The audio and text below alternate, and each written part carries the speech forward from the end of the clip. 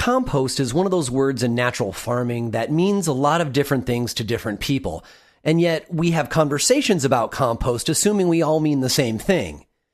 I certainly didn't grow up around compost or compost tea, and I only really started considering it when I started focusing on natural farming techniques as an adult. And then, of course, I read Teeming with Microbes by Jeff Lowenfels and got really interested. If you've been listening to Shaping Fire for a while, you've probably been sitting right here with me as I had some of my biggest breakthroughs in understanding what compost is and why it is the essential building block for natural farming. Today is one of those shows, and I bet we learn a lot about compost together. If you want to learn about cannabis health, cultivation, and technique efficiently and with good cheer, I encourage you to subscribe to our newsletter. We'll send you new podcast episodes as they come out, delivered right to your inbox, along with commentary on a couple of the most important news items from the week and videos too. Don't rely on social media to let you know when a new episode is published. Sign up for the updates to make sure you don't miss an episode. Also, we're giving away very cool prizes to folks who are signed up to receive the newsletter. There's nothing else you need to do to win except receive that newsletter. So go to shapingfire.com to sign up for the newsletter and be entered into this month's and all future newsletter prize drawings. You are listening to Shaping Fire, and I'm your host, Shango Los. My returning guest today is soil biologist Leighton Morrison. Leighton is a lifelong enthusiast of both aquaponics and living soil. His obsession with Biosphere 2 led him to set up an aquaculture at the Rodale Institute. Leighton worked with world-renowned biologist Dr. Elaine Ingham, blending his aquaculture byproducts with compost and worm castings to prove that natural inputs could replace synthetics in commercial cultivation.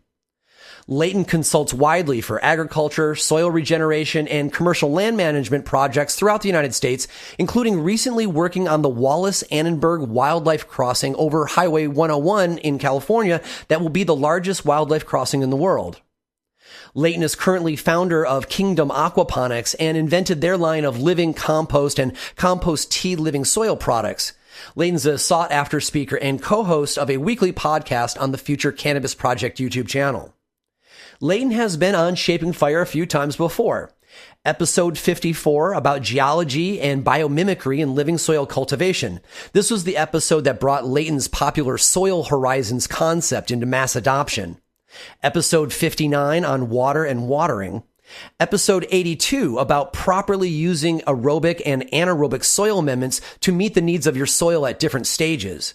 And episode 87, where we do a debrief on the first cycle of the Shaping Fire indoor growing tent, where we test regenerative techniques indoors, including his Horizons model for living soil.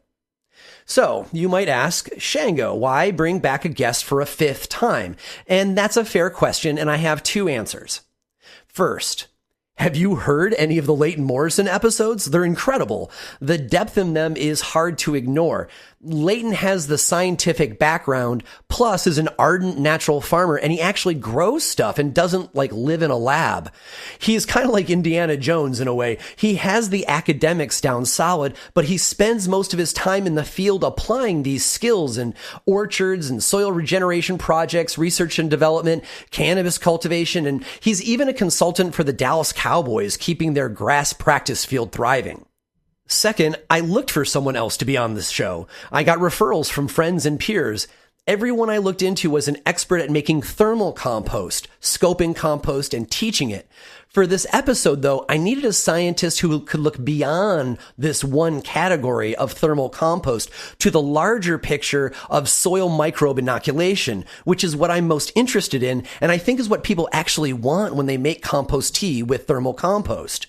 So, in the end, I called up Leighton and I asked him to join me for this episode, and that I wanted to go big and cover a lot in one episode. During today's episode, the first set is a review of different varieties of compost, their benefits and challenges, with a special consideration for the home grower. During the second set, we talk about creating the highest amount of microbe activity in compost, cold compost, and how to use it without fear of pathogens. And we wrap up with the third set discussing compost grain structure, how to make premium cold compost extract, and even make compost shelf stable for use throughout the year.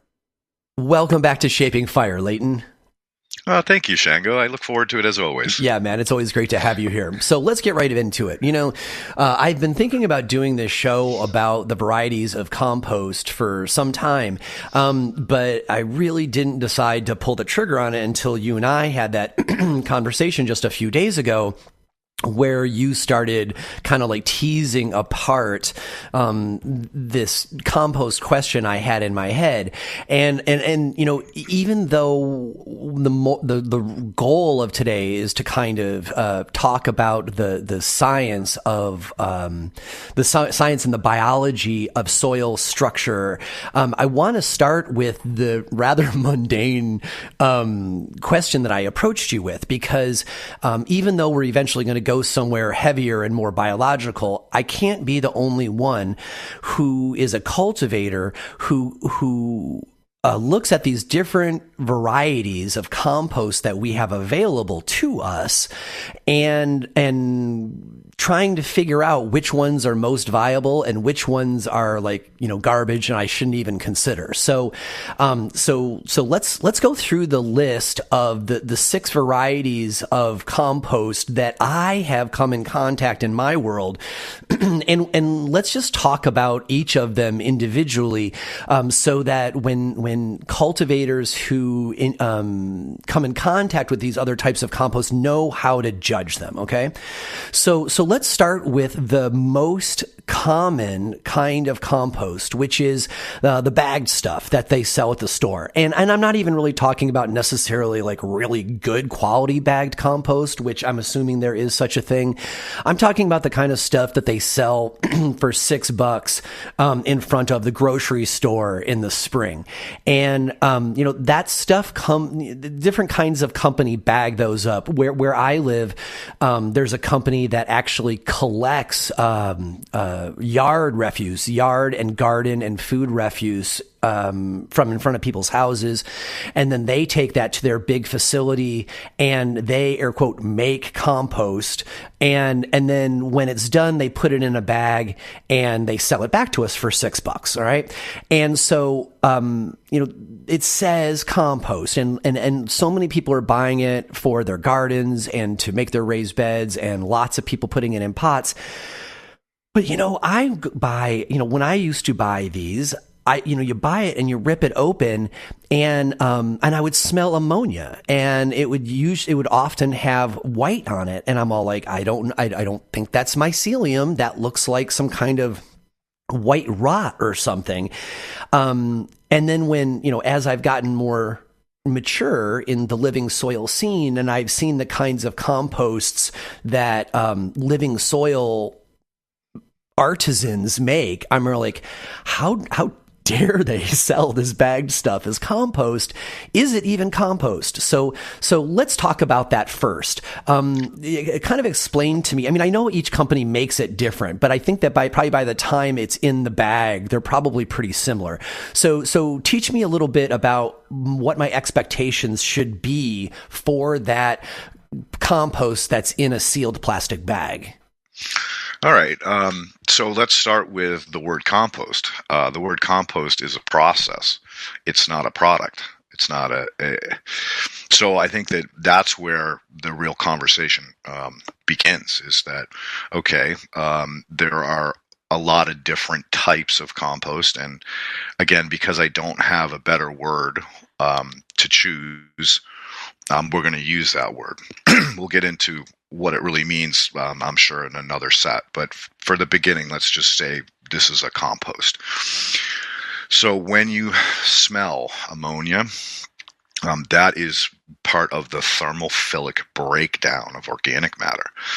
You said, well, you called it junk. Well, nature doesn't make junk.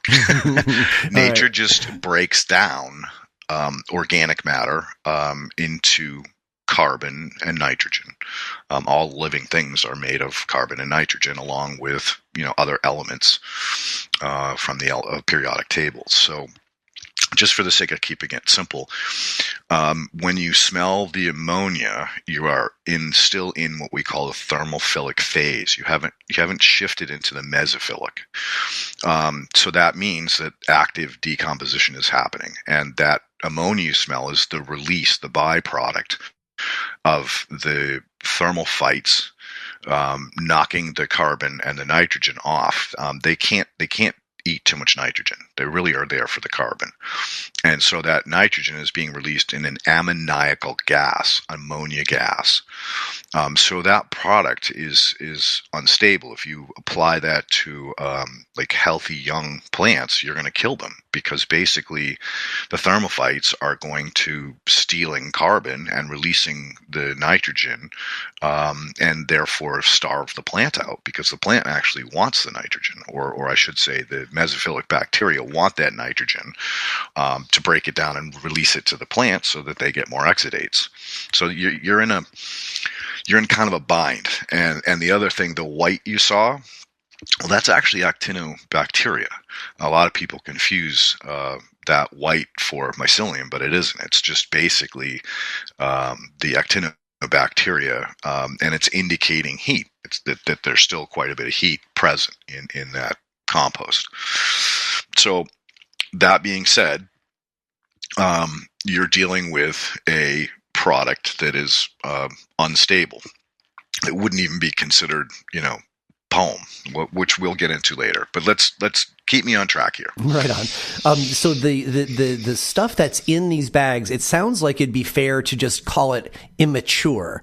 Like it is, if our goal was a thermal compost, I think you're suggesting to me that like it wasn't finished. Correct. It was unstable. I see. I think unfinished is a great way to put it. All right. So as we know from anything that's made at a scaled level, like even cannabis flowers, if you're scaling things up, so often the product that comes out is not premium, and so these companies are making just thousands and thousands of these bags, and they're kind of rushing them through. And so the fact that we are seeing that bacteria and we're smelling the ammonia and it's still breaking down, it's essentially just saying that they rushed the process.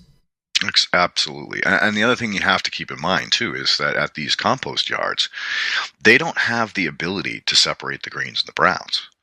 So that's probably one of the most critical pieces of making especially biological compost, is that you have the correct ratio of greens to browns. If you have too much greens, you have too much nitrogen. It's going to go hyperthermophilic, and there's nothing you can do to stop it. Well, there is, and we'll get into that, I'm sure, later. But there's nothing you can do to prevent that thermophilic phase from continuing until there's no nitrogen left to be broken off to steal the carbon.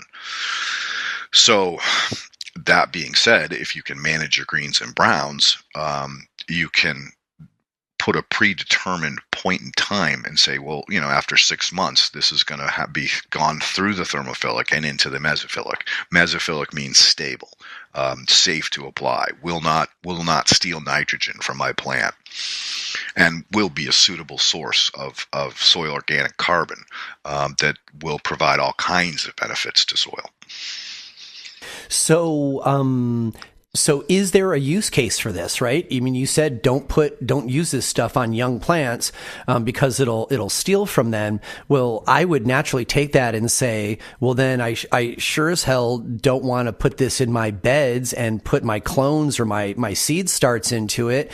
And then I'm all like, well, I probably don't want to use this in my pots either. Like, is there any use for these? Oh this boy, bag? that's a great question. So, yeah, it's a herbicide. It will kill plants. Yeah. So in my work out here in Cali, I'm working with a lot of different farmers and a lot of different, growers of different things.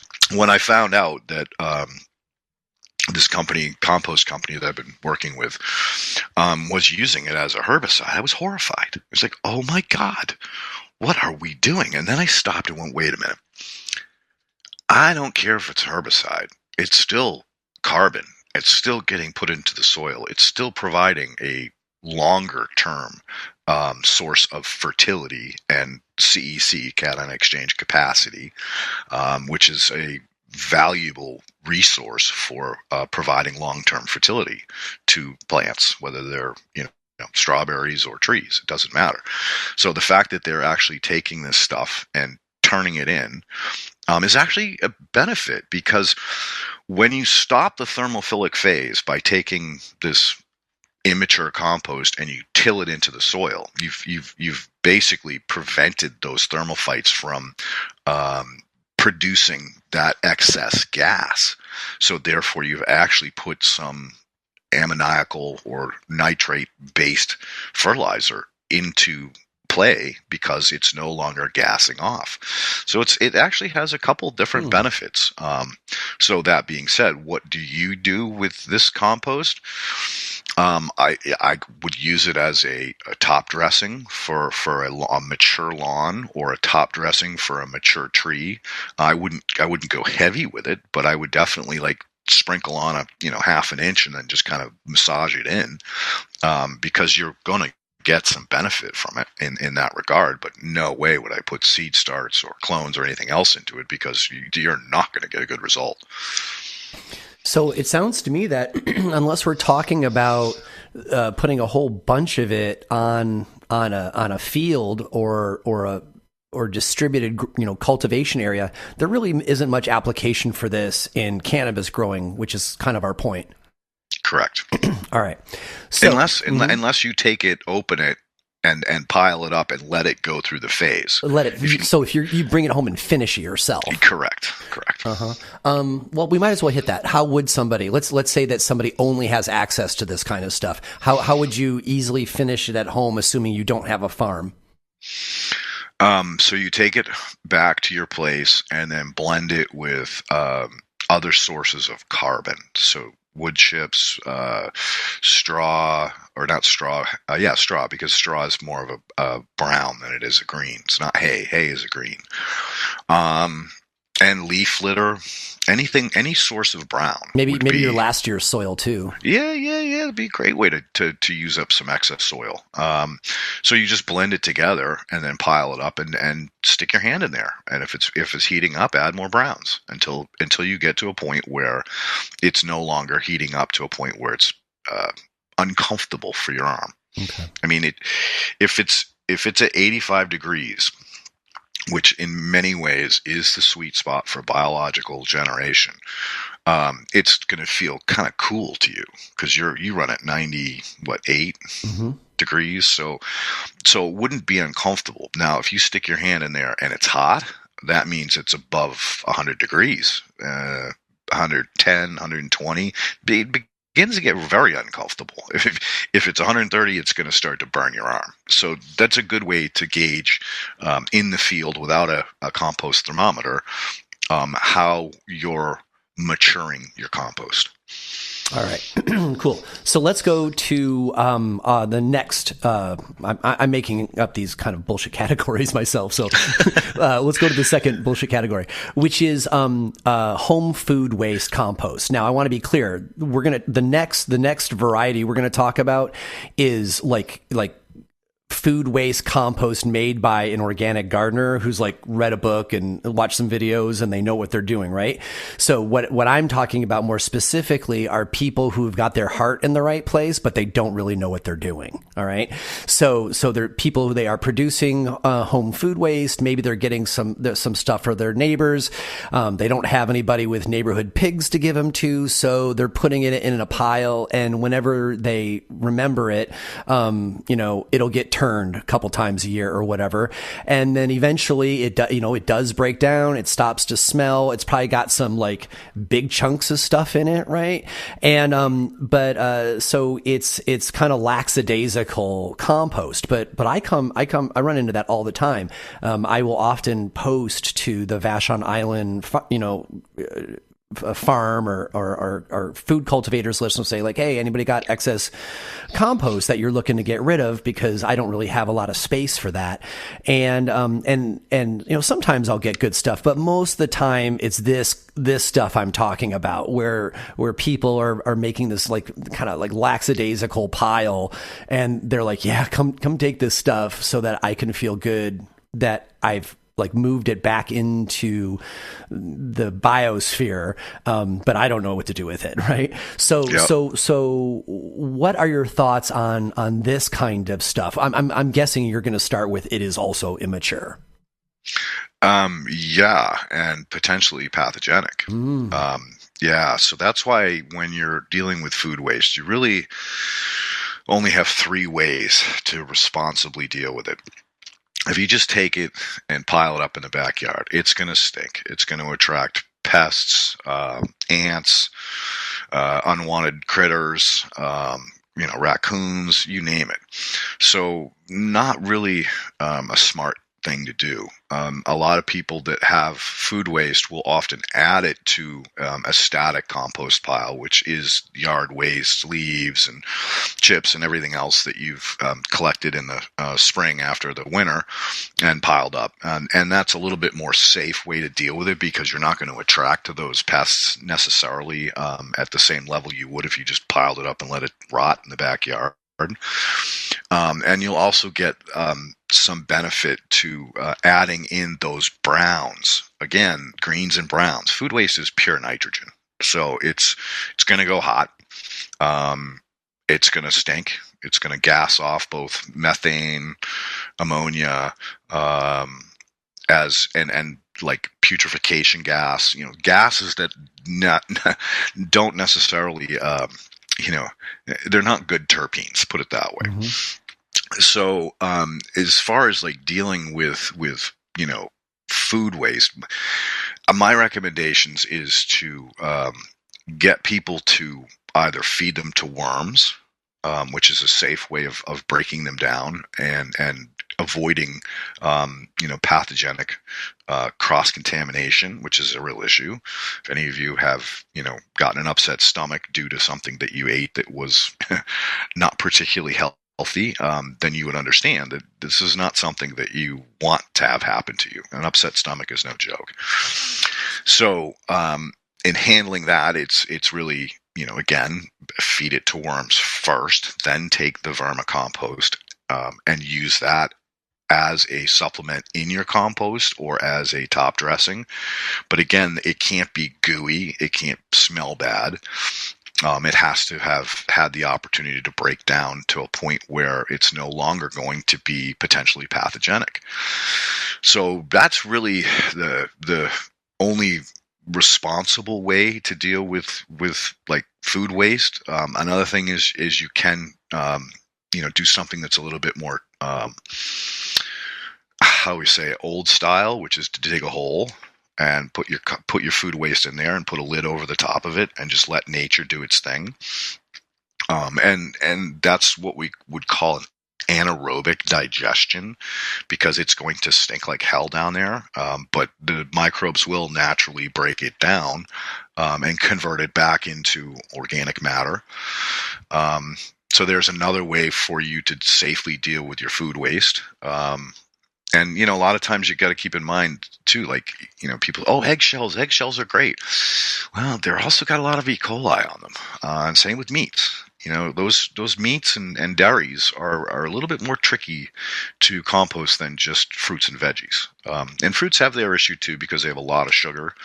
They can attract a lot of pests. But when you get into these, all right, I'm going to throw everything, including the kitchen sink, no pun intended, into my compost pile, you really got to go thermophilic. You got to cook that stuff hard to prevent any kind of, again, attracting pests or potential pathogenic, cross-contamination.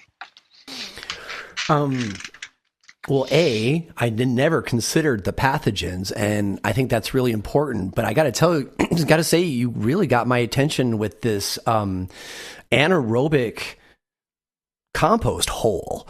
That sounds like a really fun project. Is the stuff that will come out of that like rich and delicious for my cannabis plants?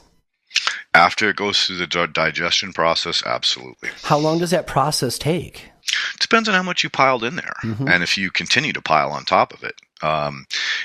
Think of it like you ever seen a flow through vermicompost system Yeah, I have. where you take from the bottom and you feed the top. Mm-hmm. In the hole, the bottom is going to be where the value is, not the top where you've just added stuff. So basically, you have to let that sit for, because you can't harvest from the bottom unless you try to cross tunnel over. Yeah, that's That's probably too much work for the worthy. I'm imagining like fill like digging a hole, filling it with like kitchen waste, and then then just fill the hole and then just cover it and leave it and then go dig another hole. And then like maybe I've got like 9 holes, and I think you're about to tell me about how long that would take. And so like, okay, I make the holes, and then after X variable amount of time, I know that I can go back to hole 1 and use that. And then like some weeks later, I can go back to hole 2. And then when I pull hole 1, I can go refill it. Mm-hmm. So exactly. So how long, like, let's just say, like, you know, reasonably, since I don't have a backhoe, I'm probably not going to dig a hole that's, you know, much bigger than 3 by 3, let's say. I wouldn't even go that big. Just use a post hole digger. Right? So just dig a post hole, you know, like maybe that's a really small 6-8 hole. inches around. Yeah, 6-8 inches around. I mean, how much food waste do you generate? Not a lot. Yeah, so I guess that's true, huh? And a great way to store it is actually to freeze it, so that you can just freeze as you go throughout the course of the week. Maybe it takes 2 weeks to store up enough for a 1 post hole, and you know, dig the post hole, mark it with a flag, and then cover it over with soil on top. And if you go back probably, I don't know, maybe 3 to 6 months, you will have this amazing black organic stuff with tons of worm castings in it. Wow. Like, and then if they're not 3 by 3 holes, I could easily make 25 of these in a row, each with their own plant tag, giving me the date that I capped them off. Correct. Do I need to worry about the E. coli from the eggshells when I do this style? No, because everything's going to break down. Mm-hmm. You're going to have rapid decomposition in an anaerobic digestion system. So the coli is just going to get consumed by other biology. What if I'm a cultivator who's in the ground, and I have got like a cultivation field? Let's just say I've got 3 rows of 5 plants, you know, and so I've got like 15 plants. Could I just make these post holes like around my garden and then just like never get them out, just like put them in and just cap it and just say, you know, all of this, all these nutrients will eventually be accessed by the root zone, and they'll be pulled from, you know, 3, 4, 5 feet away from the plants, and they'll just be pulled over by nature.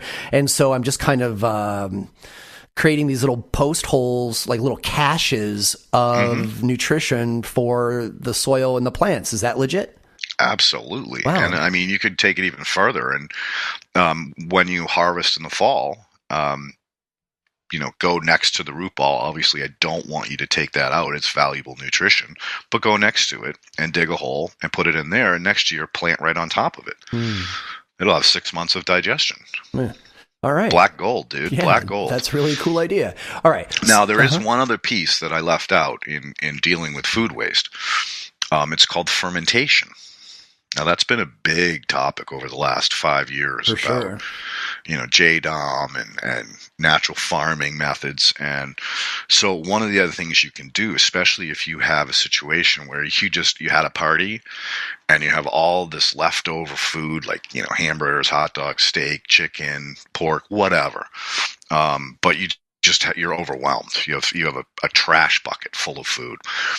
What you can do is actually take that and cover it with water and put like a wire mesh or wire cloth over the top of it, so it's held down, and weight it so that the food and everything underneath it is under the surface of the water.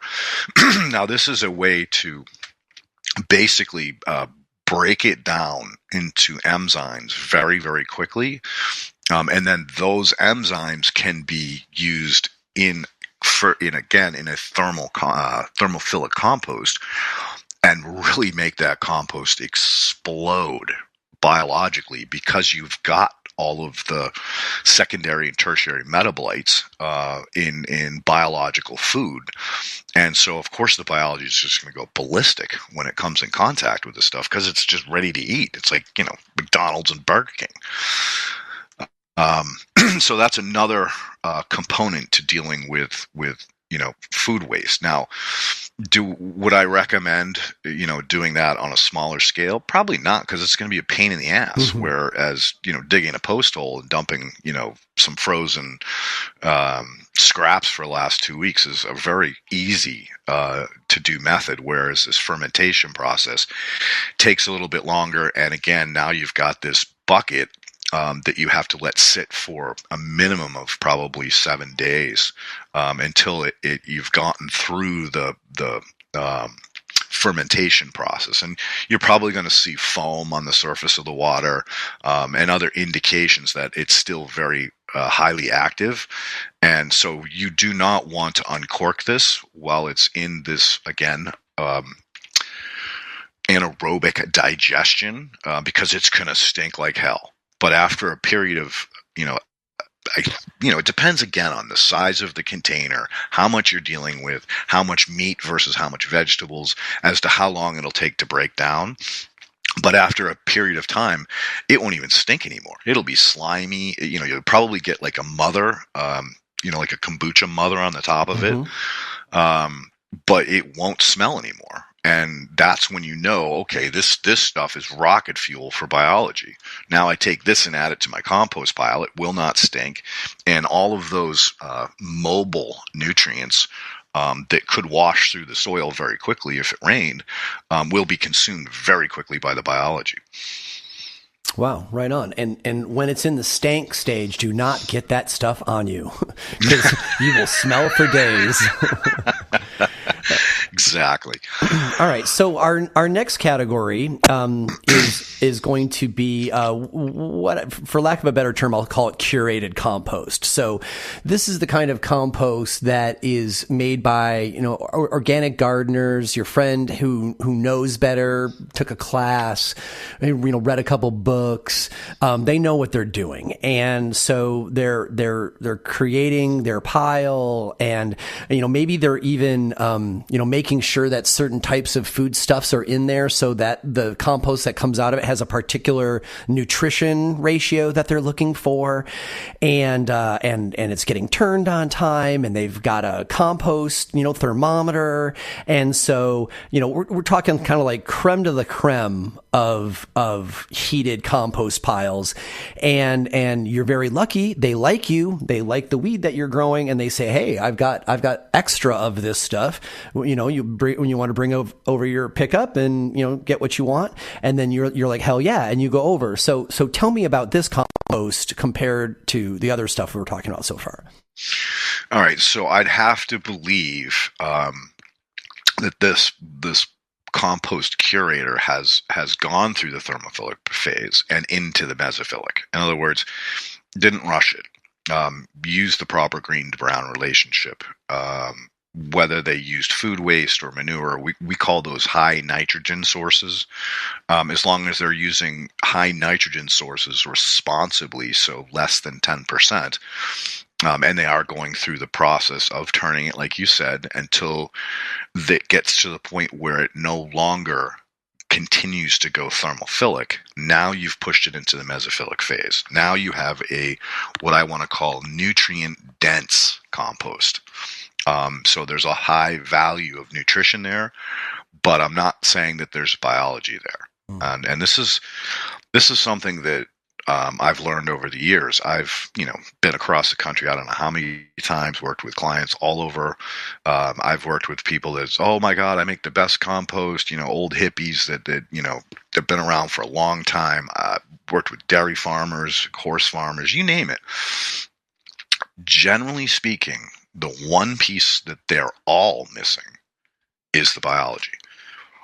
Biology takes perhaps a year or two to come back into that pile after it's gone thermophilic, to a point where it would get into the realm, just getting close to the realm of what I would call a biological inoculant.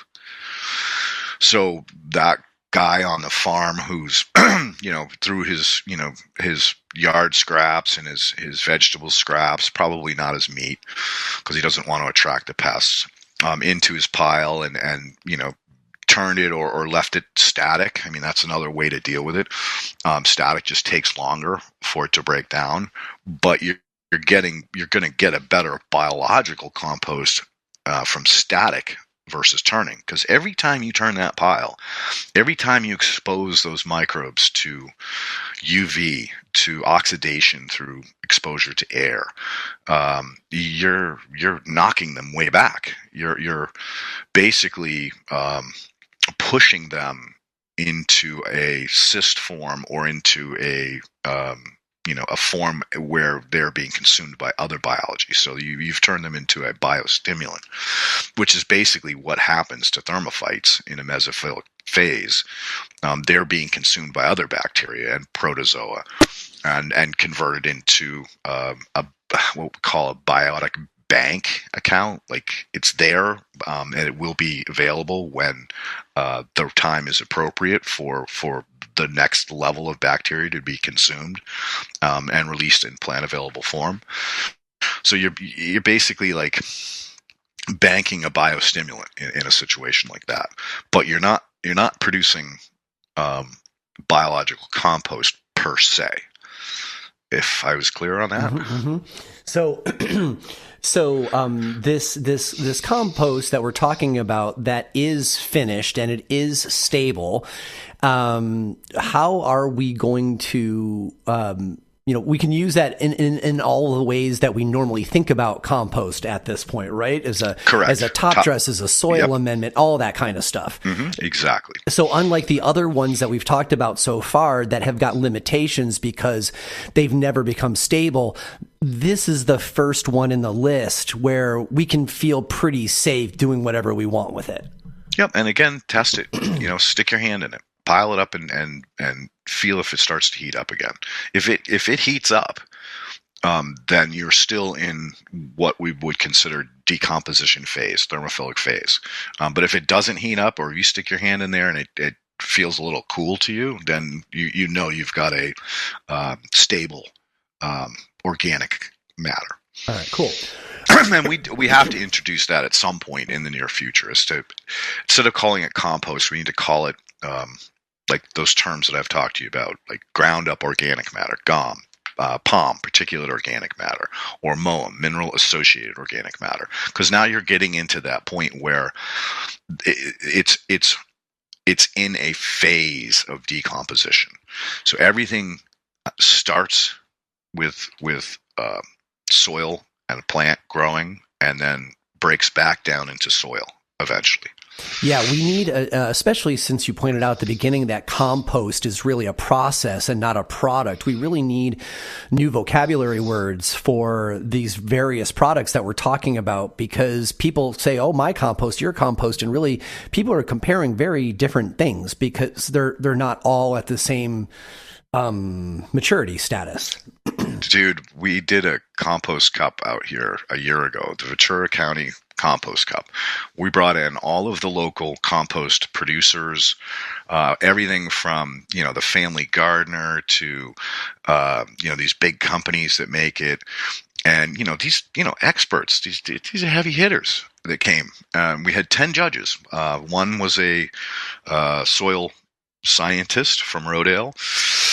Others were business owners who produce large-scale volumes of compost, all the way down to guys that make what I would consider MOAM, mineral or associated organic matter. And we put them all out on a table, and I spent 3 days prior to this microscoping every sample to see which ones would I consider biologically inoculant. And so we had these 10 judges. I was not one of them because I was biased because I already looked at everything. And we had them analyze it and vote on, each category. We had Verma compost, we had food waste compost, we had thermophilic compost, we had static compost, we had yard waste compost, and you name it, horse manure compost. And each one of them looked at the samples and then voted based on appearance. Only one person out of those 10 judges actually sniffed it, and that was the soil scientist. And then when it was all done and they all voted, at the end of the competition, I stood up and I said, hey, I really appreciate you guys taking the time to come out here and do this, but I want to point out something that you guys basically determined the value of the compost on appearance only. And everyone kind of looked around at each other like, oh, fuck, he's right. How are we qualifying or quantifying why this one's better than that one? By appearance? So I point out, hey, we did no testing, so we have no idea which one's nutritional and which one's not. We don't know which ones could potentially have high salt or heavy metals, like the horse manure compost. Very common to have high aluminum in horse manure, as well as high salts, sodiums, both detrimental to plants. And also, I biologically scoped all of these, but that wasn't even taken into consideration as to, again, stating that this was better than the other ones in that category. And it was extremely eye-opening. Like that conversation, that the room just exploded in side conversations at that point. Everybody was like, oh my God, I never thought about it that way. Mm-hmm. And so it was really eye-opening to basically put that level of experience in a room together and turn them on their heads, because they basically had no real evidence to determine which was better than the other ones, except for visually. All right, so let's go to our next category. So the next one, I kind of just put it in its own category because I really just thought that worm castings were just like a part of all compost, and that was it. But then folks might recall Chandler from Wormies, who was on the show a couple episodes ago talking about worms, and like he was kind enough to send me out a bag of the Wormies Verma compost that they make, so that I could see what a Verma compost was like. And dude, it's unlike anything else that I would call compost. It's smaller. It smells sweet. It seems more uniform. It seems a little bit heavier. Again, something that's called compost, right? But really, you were talking about the pass-through worm bins earlier. That stuff that comes out at the bottom, which is the worms, the worm casting, so their poop, with whatever kind of like soil or hay that might have been thrown in there to kind of even it out and make it a pleasant living environment, I guess. That stuff, while called compost, is really its own thing. And so let's talk about that itself. So you get somebody gives you vermicompost and it's vastly worm castings. Let's talk about what the attributes of that compost would be. Okay, that's great. So when you are doing vermicompost at scale, you have to start with bedding. Right? Everybody, you can't just throw food in a bin and throw some worms in there, because they won't survive. The whole thing will go anaerobic and the worms will turn to slime. So you need to create a bedding that the worms can retreat to do their thing, whether it's breed or rest, and then an area for them to work through to get their food. They don't want to live in decomposing food. They want to live in their bedding, but they want to be able to eat. So think of it that way. All right. So, and again, thank you for observing the weight of it, because that's really, really important to understand. That's why vermicompost is so unlike other forms of compost, because it's pushing on the MOAM, mineral associated organic matter side. So mineral associated organic matter is highly stable long term in soil and provides great benefit to helping the soil food web to begin to build aggregates, micro and macro aggregates, which is important for soil health, but I'm not going to go down there. So why is vermicompost so much different? Well, those worms have chewed through that material, consuming bacteria and pooping out nutrients, highly nutrient dense little poops, because they're really there to eat the biology. They don't really want to eat the nutrients per se. They will help move those nutrients throughout the entire worm bed, which is again mutually beneficial, because now you're getting an even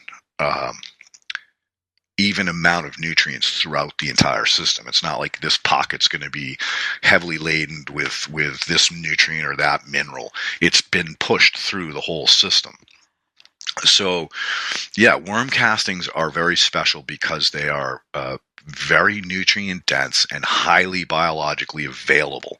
In other words, if you put those worm castings into or top dress and then apply a really good compost extract, a biologically rich compost extract or tea, those things will be broken down extremely fast and stored in the biology so that they're not mobile. And again, this is really important to understand. Nutrients, if you just take raw nutrient like a secondary, tertiary metabolite, and you put it on the soil and it rains, that stuff's gone. It's going to get washed through and down into the lower soil systems, where it's no longer going to be as available for the plants. So you've gone backwards. You've lost your minerals. You've lost your nutrients. So that's why it's so important to have that biology on high numbers, so that they can consume those secondary and tertiary metabolites, store them in their biota, in their body, so that now when it rains, they're stuck to their biofilm. That stuff's not going anywhere. The only time that stuff, that nutrient in that bacteria is going to go somewhere is when that bacteria is consumed by a protozoa or starved to death by a lack of exudate and becomes available to the plant. So that's why worm castings are just so special, is because they are basically secondary and tertiary metabolites ready to be consumed by biology, which will then store it as a nutrient bank system for when the plant wants them. Special stuff. Yeah, it totally special stuff. And I copped to this, when we did the, making friends with worm episode, like, I don't know, 3 or 4 back with Chandler. And like, I'm honestly new to worms. Like I like worms. I make sure that I've got worms in my pots, but mostly I would just have always thought about them aerating the soil. But it wasn't until, talked with Chandler that I realized that they are these like super efficient processing machines, biological machines that are just taking these, this biology that's not super accessible to us or our plants and running it through their bodies and pooping out the other end something that is rich and valuable to us. And that's pretty badass. Yeah, it is. Yeah, it is. All right. So let's go to the fifth category now. We're down to our last 2 here.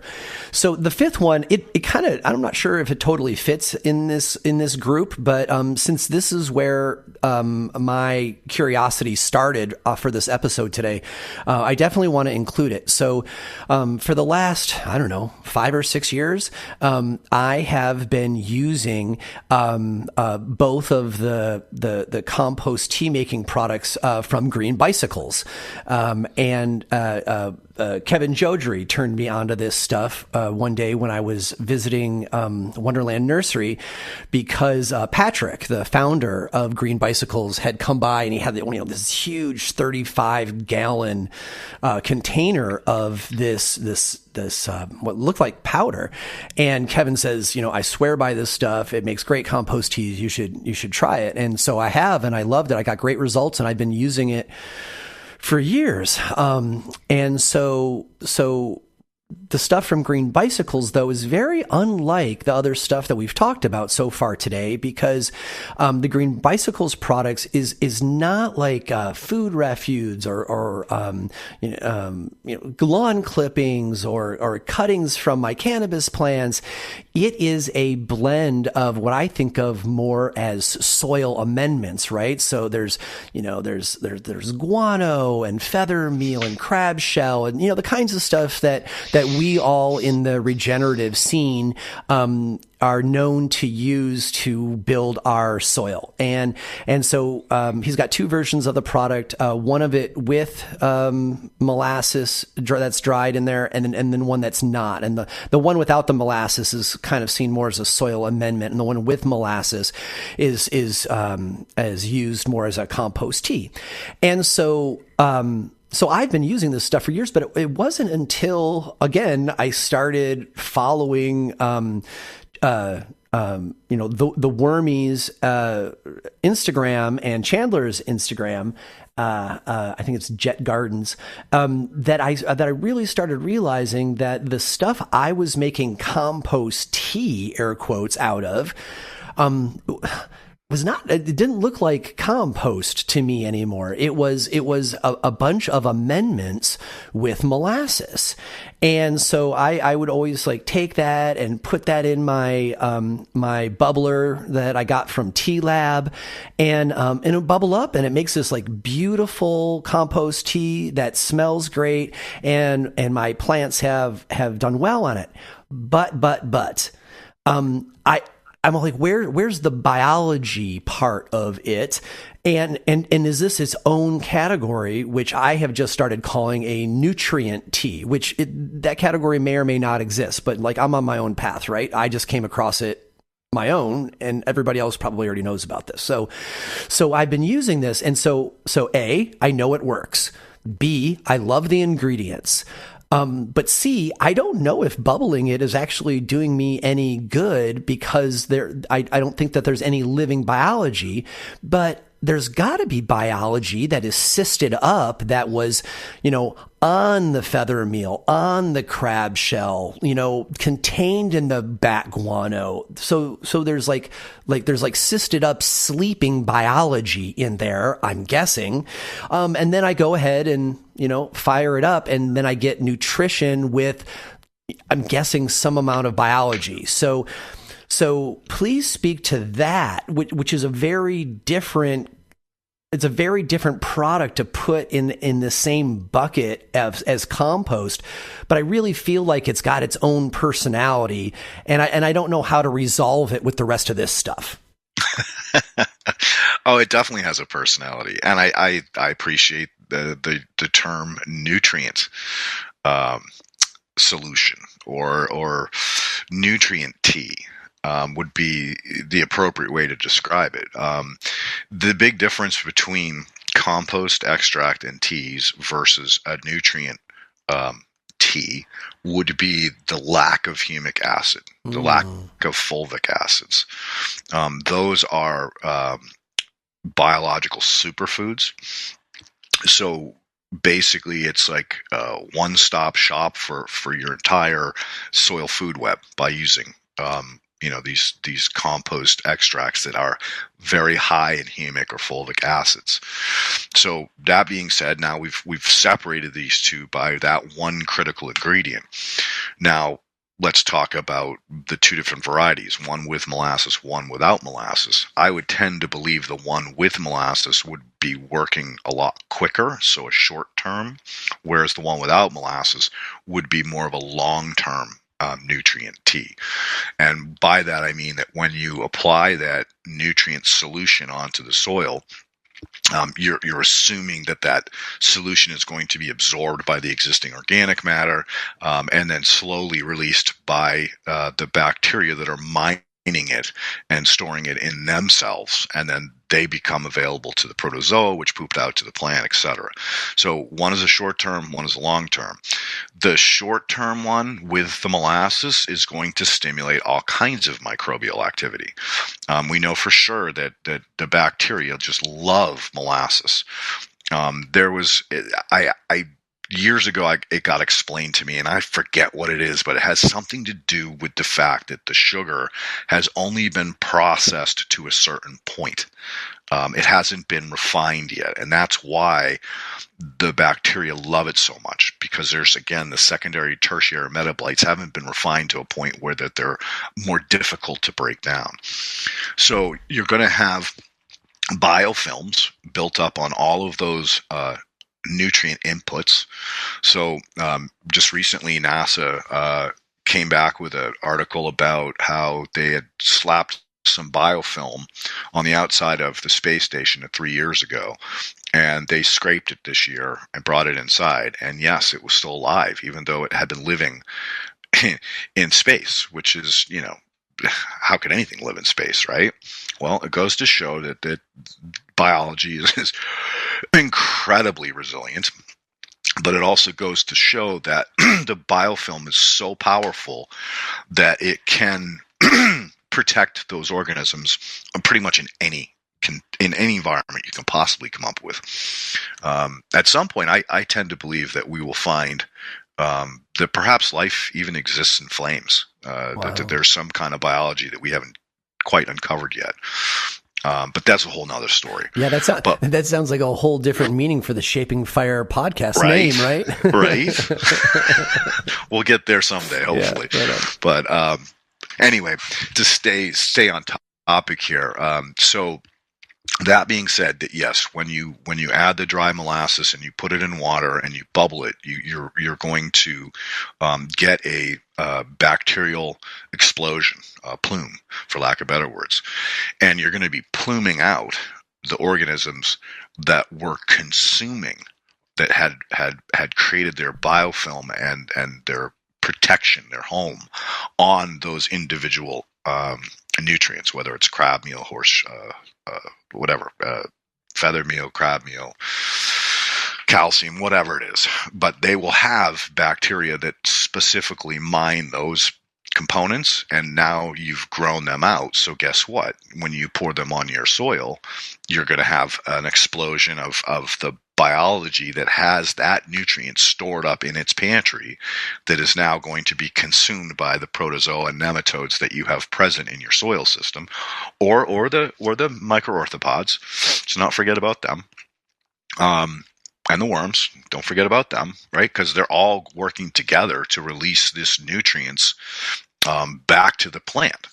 And so that's what I would say to this green bicycle nutrient solution, is that it's an amendment, but yes, it does have some biological constituents that are available on those nutrients that mine those specific nutrients. So very targeted biology. Right on. Cool. And, I started with it just because, Kevin Jodrey said so, right? And I trusted his opinion, and it's worked for me for years. And it's funny that now, like, 5-6 years ago, later, now I'm really getting to the point that I can even think about more what it is. So it works for me even without knowing exactly what it is. So I like that kind of product. I want to clean up before we go on to the next topic. I want to clean up a couple of the things that I got wrong. So Wormies Instagram is obviously easy because you know how to spell Wormies, but Chandler Michalski, who was a guest for the Getting Friendly with Worms Shaping Fire episode like 3 back, I got his Instagram wrong. I looked it up real quick. It's actually Jet House Gardens. And so nothing worse than you plug somebody whose Instagram is very educational for you and then you plug it wrong, Oh, I didn't want to interrupt you, but I was going to clarify that. Right, but I'm glad you did. I'm glad you did first. Right on. Cool. Yeah. So I want to do Chandler solid. So I wanted to clean that up. And then anybody who is interested in looking at that Green Bicycles products, it's kind of weird because green is actually spelled GREAN. And so that's tricksy and will totally destroy your Google results without it. And the two products it's their only 2 products, but it's the 2 ones that I've used all these years is the Happy Endings Compost Tea Mix and the Ocean Bounty Flowering Mix. So, for anybody who wants to look into that, and you can get that stuff on Amazon and their website. So, all right. So moving right along. So so we're coming up here to the end of this like huge first set, and the compost we're going to talk about next, number 6, this is actually going to set us up for set 2, because we're going to talk about this variety of compost during most of, probably all of set 2. So just set us up there, Leighton, and then I'll take us to commercial. So the 6th category is the stuff that you sent me, man. Like I had a problem in my, I know you're a compost expert. You consult for all these people. You got this crazy ass lab in your garage and another one in Connecticut. Like I know you're like mad scientist compost guy, but like I had not actually ever seen like what you make, right? Like I've always appreciated you for our friendship and conversation, but I never seen any of your compost. And so I had a fungus gnat problem, which we'll talk more about in the 3rd set, but you're all like, hey man, let me send you something to fix that. And you shipped me up, 2 different bags of this compost, which was unlike any other compost that I had ever come across. It was, small, granular, and it was rich, and it smelled so good I wanted to eat it. And it like, I mean, not to sound too woo-woo, I feel like I felt it alive. I felt like I was getting vibes off of it. Like when I opened it, like I was, I got like a hit of the smell, and I'm like, whoa, what is this? This is very unlike anything else that I have been given as compost. And then, you told me to just, I think you had me brew it, and then I put it on, and it caused all of this like immediate biological change, which we're going to talk about more in set 2. But this, after talking to you more about it, you explained to me why this kind of compost is in a category all of its own. So please explain what's different about this category of compost that I had never even considered, and then so set us up, and then I'll take us to commercial. Okay, so we'll get into the process in the next set, but bottom line is it's a biological inoculant. The foundation of it is POM, so particulate organic matter. So you noticed that really fine particulate, but you also noticed it was super fluffy. And that's the key to this. That fluffiness allows for gas exchange. It allows for heavy colonization of very, very diverse biology in a way that does not force competition. So not everybody's fighting for the same resource. They're just there in suspension, just to be woken up and by you, whether you're brewing them or top dressing with them. So basically look at it like condominiums. I'm building, every one of those tiny little particulate is a giant condominium, a city full of all different types of biology that are there, basically just waiting to be provided with the environment that they can really expand in and thrive in. So that's why that's different, and we'll get into the ingredients and the process in the next set. Hit the key thing for me though, which is the fact that it's not a thermal compost. No, it is not, and in most ways it would be considered immature. And the reason it would be considered immature is because when I take this start product, which is the biological compost that I made, non-thermophilic, we call it cold composting, I screen it numerous times. So I'm screening out the big stuff. I'm using forces to break off all of the organisms, the humic and fulvic acids, to break down the little pieces that tend to be clumped together or sheared off of a bigger piece of organic matter.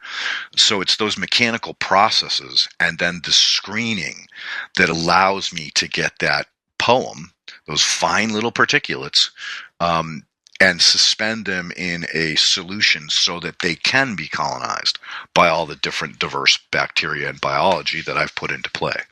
And this idea that it's a cold compost, I haven't heard that term before. I like it. When we talked about this earlier in the week, it was interesting because you said, all of the other compost, all right, probably not the vermiculture, but most of the other composts that we have talked about today, they have all been heated to 165 or something because people are trying to, kill the seeds and, make it a little more inert. But really that's also killing all the microbes, which is really what so many of us, natural farmers are chasing after. And it really astonished me that, to realize that I'm always thinking about using my compost teas because I want to pour microbes into my soil to help buoy the rhizosphere. But really, if it's a thermal compost, it means that that stuff's mostly been wiped out already versus this cold compost, where even though we'll talk more about this in a second, it sounds like it's dangerous because it's all wild in there. What I imagine I'm doing with a thermal compost tea really is happening at a much smaller level than if I were to use a cold compost tea. Correct. And the one thing you're missing too is the most important reason to go thermophilic is to kill pathogens. Oh. All right. So they kill weed seeds. Yes. That's a byproduct of the process. But the goal is to knock back all of the potential pathogens. Remember, a lot of compost is based on manures, right? High end anaerobic digestion, which is the other piece that we did talk about. But the thermophilic component is to basically provide the same thing as an anaerobic digestion. You're killing everything, and then starting fresh. And so, yeah, that's why I went to cold composting, was because I could not get the biological diversity that I was looking for when I went thermophilic. But again, I don't use any manures. I don't use any food waste. I use purely vegan compost. So this is just plants. Right on. All right. So we will dig into that even more for set 2. And if you're still with us, I appreciate you. This is a solid hour first set, which is the longest first set I've ever had. But I care very much about this topic, and there's no way that I wanted to do this topic short shrift, right? If we're going to do it, let's frickin' do it. And so if you're still here with us and you're caring about all this, you're our kind of people. And I really appreciate that you're here.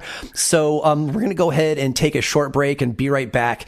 You're listening to Shaping Fire, and my guest today is soil biologist Leighton Morrison. And without these advertisers, Shaping Fire would not happen. So please do support them and let them know you heard about them on Shaping Fire. Once you've discovered the benefits of using cannabis, it's a very small step to start making your own edibles, gummies, lotions, tinctures, and concentrated oils at home. Magical Butter has been helping cannabis consumers become self-sufficient for over a decade. With the easy-to-use Magical Butter countertop botanical extractor, you can create high-quality cannabis products to your exact specifications at a fraction of the cost of store-bought edibles. I talk a lot on this show about the importance of home growing so you don't have to rely on others to feel healthy. Well, the Magical Butter machine can empower your personal health by putting you in control of how you use cannabis in your daily life. I've been making my own butters and oils on the stove for years, and I much prefer the ease of using the Magical Butter machine. I just set it and walk away.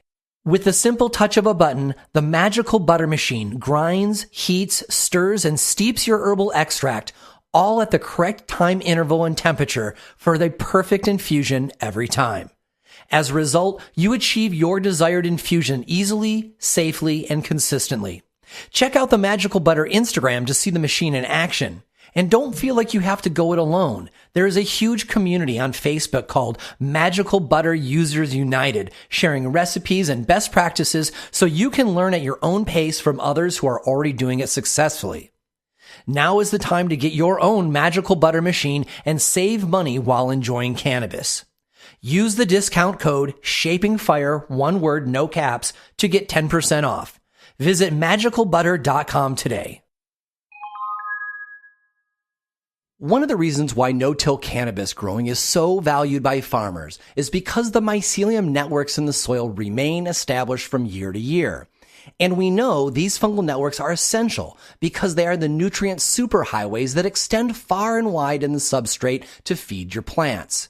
The trouble with growing in new living soils or blended cocoa substrates is that it takes most of the plant's life just to create these mycelium highways. Dinomyco endomycorrhizal fungi inoculant reduces that time and gets your plant eating a wider array of nutrients faster. And it's 3 times the concentration of the other popular brand in the US at 900 propagules per gram of 2 fungal species selected specifically for cannabis cultivation. Dinomyco is the result of 30 years of research and trials at the Volcani Agriculture Research Institute in Israel. It has also been vigorously trialed by cannabis and food growers across the U.S. Dinomyco is now available at grow shops and on Amazon in the United States. I love using Dinomyco to both speed up the growth of the mycelium networks in the soil, but also as a biostimulant to make clone cuttings more virile. You can see side-by-sides showing the comparative growth on their Instagram at Dinomyco. If you demand reliable growing results and appreciate the importance of an active root zone in creating a thriving plant, I encourage you to check out dinomyco.com and use the store locator to find out where you can get yours. That's DYNOMYCO.com. Shaping Fire listeners can get 10% off any size of Dinomyco on Amazon or dinomyco.com by using the discount code SHAPINGFIRE, one word, no caps. Whether you are starting with new beds or pots, or if you want to add some zing to tired soil, choose Dinomyco to maximize your plant's potential. Dinomyco endomycorrhizal inoculant. As cannabis regulations become more demanding and consumers become more educated, it is increasingly important to avoid the use of chemical pesticides when cultivating cannabis. Beneficial insects have been used for decades by the greenhouse vegetable and ornamental plant industry, and today many cannabis cultivators are moving from sprays and chemicals to beneficial insects. Copert has the beneficial insects, mites and nematodes, microbials, sticky cards, and air distribution units you need to partner with nature to defend your garden. Whether you manage acres of canopy or have a simple grow tent in your home, Copert is ready to help answer your questions and help you transition away from chemical sprays towards clean and natural solutions. Since 1967, Copert has assisted growers in identifying pests and devising reliable solutions while providing healthy insects and mites that will protect your yield. Since the 1990s, Copert has been a leader in cannabis pest and disease control worldwide and have highly trained consultants to assist you in Canada and the United States from coast to coast. With their global network of grower support, Copert can help. Visit Copert.com, choose your country, and get detailed information. That's Copert, Koppert.com. For the most up-to-date cannabis-related biological control information, you can also check their Instagram at Copert Canada. You know getting away from pesticides is good for health and good for business, and Copert is ready to help. Visit Koppert.com today. Welcome back. You are listening to Shaping Fire, and I am your host, Shango Los. And my guest today is soil biologist Leighton Morrison. So here we are at set 2. During set 1, we looked at a wide variety of the things that we come in contact with that is labeled compost. And we did our best to make sense of them. And we found ourselves at the end with, focusing on the kind of compost that I think that I'm usually looking for. Much of the other types, the curated compost and the vermiculture compost and the nutrient compost, like all of that stuff are things that I use in my garden. But most of the time, myself, as a natural farmer interested in regenerative, cultivation and feeding the rhizosphere, I'm really wanting to, feed and add microbe life. I want to add biology. And so we ended the first set talking about, cold compost that have not been heated, where all the biology is still alive. And so in this set, we're going to talk a bit about the difference between that and the other composts and the biology. And also, I'm very interested in if one of the reasons we heat thermal compost is to get rid of the pathogens, that makes this unheated microbe inoculant, this cold compost, sound like the Wild West. So let's just start with the difference. You have spoken on this show before briefly about the difference between soil science and soil biology. And my back of the envelope is just like soil science is nutrition and minerals, and soil biology is living stuff. But honestly, we haven't gone into it in depth so far, so I could have it wrong. So why don't we start there, and then we can start to hang the rest of the conversation on that, Leighton. All right, that sounds good. And thank you again, Shango, for doing this, because we're having a conversation that has needed to happen for many years now about whether it's a compost should be called compost or whether it needs other names. And just recently in the last couple of years, I've seen like particulate organic matter and mineral associated organic matter come about as words that provide value. And this next part, which is also equally as important, is the understanding that soil is actually three components. It is the physical, sand, silt, clay, and organic matter, and their relationship, which is very important. Second is soil chemistry, and third is soil biology. Soil science base everything on two of those three pieces, which is the physical and the chemical. And this is due to economic-based systems. And like human reductionism, right? We always value life last, right? Seems to be the way, Shango. Really seems to be the way, especially if you look at where we are as a species at this point in time. We won't go there. All right. But basically, soil science is chemistry heavy. Everything has been based on building fertilizers to grow more crops, to feed more people, regardless of nutritional value, which makes no sense to me. The only real way to achieve nutrient-dense food is through biology. It's that critical biogeochemical interactions that allow that plant to pull up these nutrients and regulate itself as to what it wants instead of being force-fed NPK.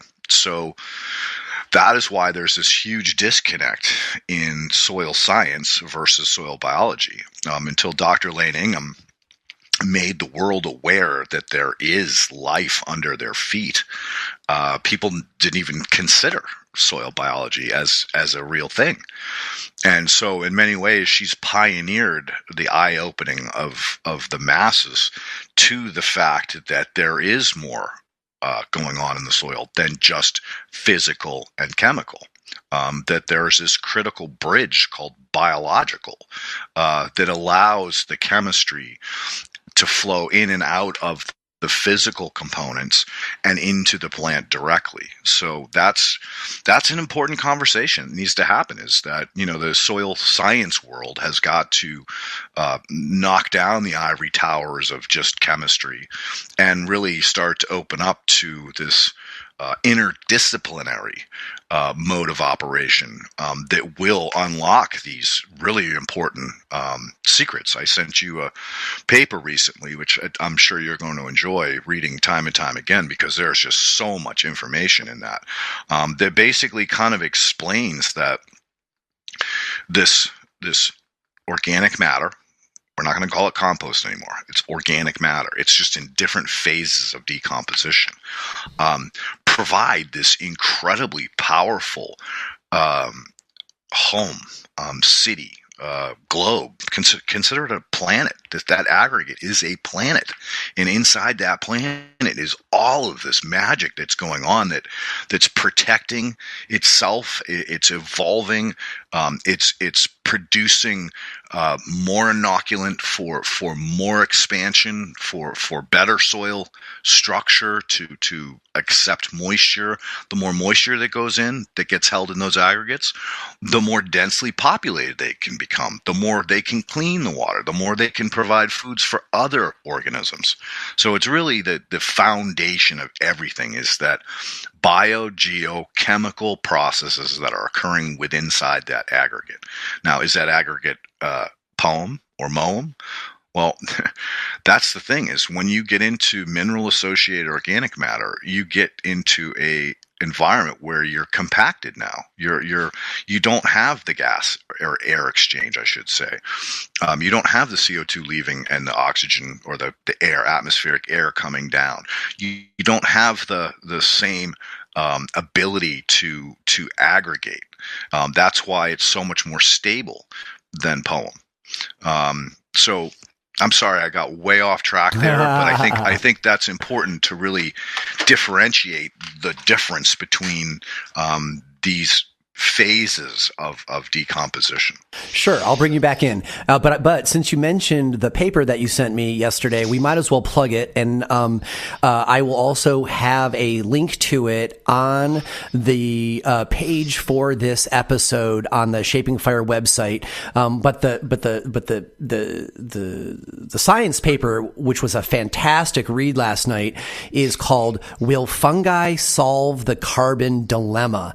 And it's by S. Emilia Hanula and Ellie Morrison. Anyway, it's a fascinating read, and we'll be talking more about the fungal aspects of this paper, towards the latter half of this set, but. What you're saying, Leighton, is spelled out very specifically. They're talking about having an increase in soil biology, especially with fungal heavy compost, creating all of these soil opportunities that are not available to the soil when not using biologically and fungally active agricultural soils. So anyway, that's the paper, and so we'll get back on topic here. So we were talking about the difference between the soil science and the soil biology, and how most of compost and everything is looking at the chemistry and the physicality of the soil and not the biology. I would like you to speak to this idea of the variety of biology, right? Because NPK is so reductionist, and most of us in cannabis were brought up thinking, hit our NPK numbers, feed the plant, or, if we came from the bottle, force feed the plant. And what we are trying to tease out is that, the compost, which is the central, the focus of our topic, we want it to be as biologically active as possible. And the way for us to do that is to not cook it like a thermal compost. So I would like you to speak to what that process is like to produce a compost that has not been cooked, because creating a cooked thermal compost is the only thing that I've ever heard of. So again, let's not call it compost. Let's call it organic matter. Fair enough. Right? And organic matter is probably the largest source of nutritional holding capacity. All right, this is where biology meets chemistry. So most people understand what a cation exchange site is, or cation exchange capacity. So that capacity is the ability for nutrient solution to be held on the bond site so that it's not mobile and therefore safe and secure for later harvest by the plant and the biology. All right, so that's really important to understand. So that being said, trying to reel it back into understanding the thermophilic process of breaking down organic matter.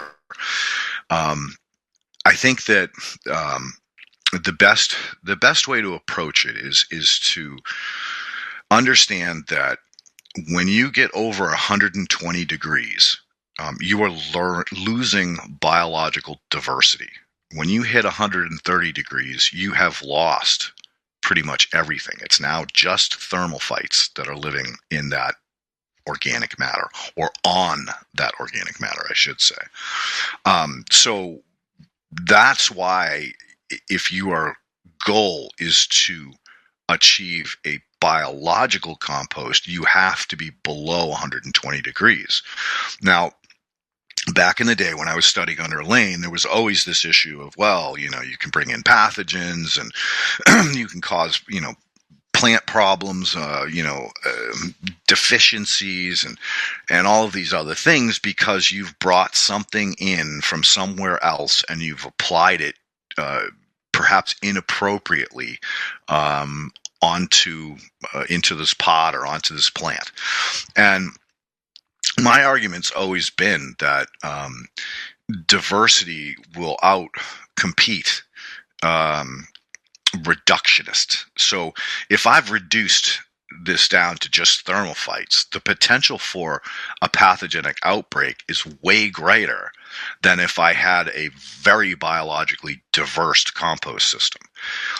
This was one of many conversations that Elaine and I agreed to disagree about, was the fact that for her, she has an incredible reputation, celebrity status. So she has to be very guarded about what she says because people will inappropriately be morons and use more because a little is good. Oh, more is better. Well, that's how you get into these problems with pathogen cross-contamination, with nutrient deficient issues, because what happens is you've created a newt lock or you've created a pathogenic inoculation. So that's why it's critical that she maintains that the only way to make safe compost is to do it thermophilically. And I agree with her, because humans are just humans. They tend to do stuff without really thinking first and making sure that they are crossing the T's and dotting the I's responsibly. It tends to be, whatever's easy and quickest for me is what I'm going to do. And that's not the appropriate approach when you're dealing with these critical types of biological exposures. There's some composts that I've made that are definitely potentially very dangerous to play with, because if I have underlying health issues and I'm playing with Pseudomonas bacteria, the potential for me to actually make myself very sick is real. I think that in many ways I've benefited from my work playing with anaerobic fish manure, because I early on was getting exposed to this stuff. And like you said earlier, if you get that stuff on you, it's days before you don't stink anymore.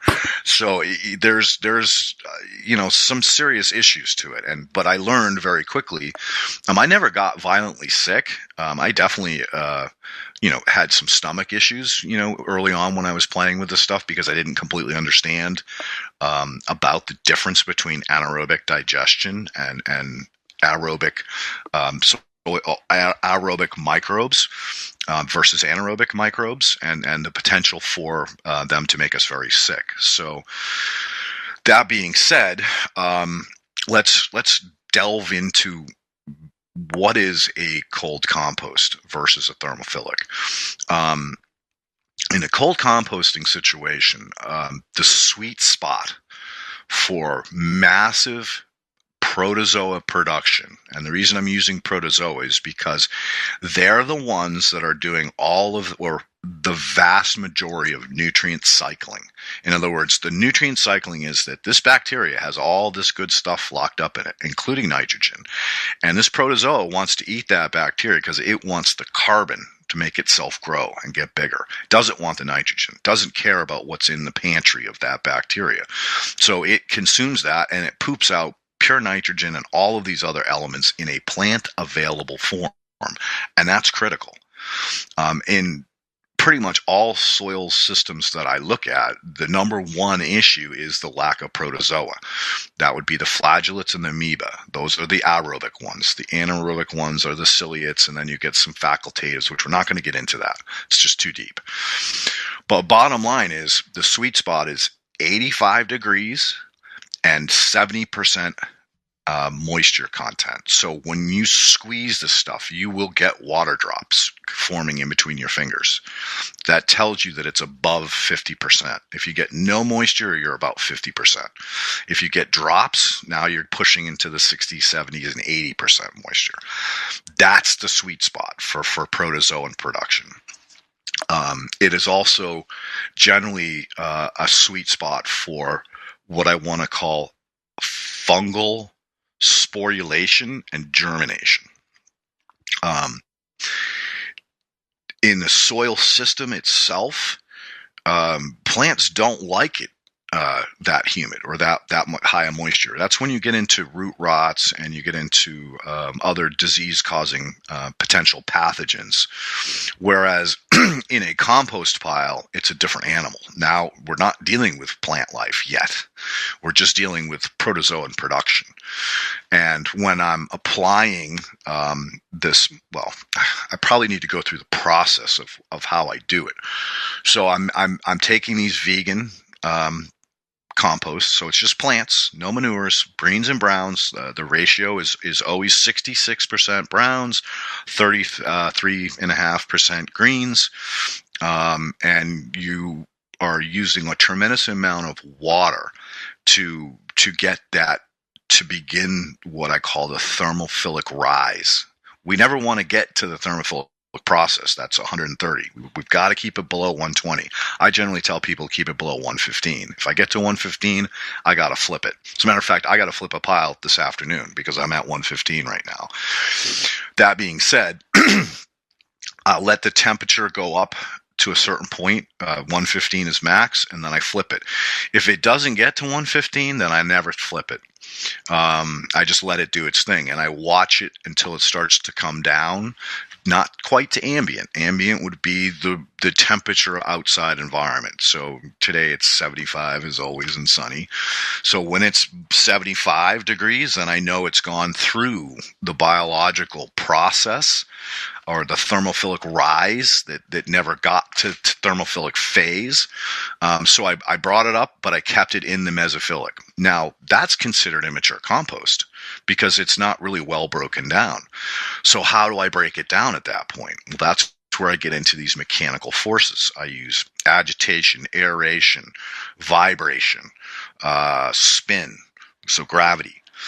All of these things to get that immature compost to harvest the things that I'm looking for, which is the biology and the smallest bits, particulate organic matter that I can get through that process, and then whatever's left goes right back into the compost pile again. So are you describing mechanical processes that you submit the immature compost, the immature organic material to, that replaces what is normally done by breaking down with thermals?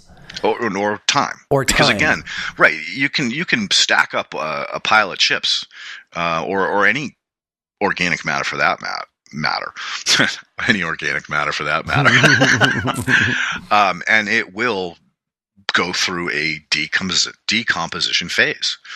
Whether it gets hot, whether it goes thermophilic or not, it doesn't matter. I mean, I don't know about you, but growing up in New England, we had to rake leaves every fall, and we would take those leaves and dump them over at the edge of the swamp. And that pile would be like 5 feet tall. And me and my sisters would jump in it. We'd have a blast throwing leaves and, running down the hill and fast as we can trying to dive into the pile. Mm-hmm. But come spring, that pile was gone. It was just this low lump of what was left of, we call it leaf mold nowadays, but just what was left of all of those leaves. So that went through a breakdown process, but it never got hot. We never saw those piles steaming. So there was no major heat exchange, but there was definitely some minor heat exchange in order for that to break down. When you add the water, the 85 degrees and 70% moisture, that's a lot of moisture. Is the water involved because it's there to keep the temperature from spiking? I think you called it a thermophilic rise. I'm not very familiar with that. I'd like to know what happens during the thermophilic rise and why so much water? So the water is broken into H2O. All right. So we have oxygen and we have hydrogen. There are a lot of bacterial constituents that thrive on hydrogen. So they consume hydrogen as a fuel source to break apart the nitrogen and the organic matter, or the carbon off of the organic matter. All right. So there are also other forms of bacteria that consume the oxygen to do their part in breaking the nitrogen and the carbon off of each other. Does that make sense? Yeah, it does. So water's the food. Water's life, right? There's no joke to that. Water is life. Without it, nothing ceases to exist. So that water is just a fuel source. It has nothing to do with regulating temperatures. We're not putting out the fire. We're just providing a food source for the biology to do their part in breaking the nitrogen and the carbon off of each other. Mm-hmm. And so, let's see, I'm going to try to do a summarization to this point. So what we're trying to do with the cold compost is that we are going to, use only plant matter, so we don't have to worry as much about pathogens like E. coli. And then we're not going to let the temperature go above 85 degrees, but especially 120. But 85 is really our goal, so that the pile gets warm naturally from the breaking down, but it doesn't get hot enough to kill our microbes off. And we can get away with that because we're only using plant material instead of animal material, which can cause the pathogens.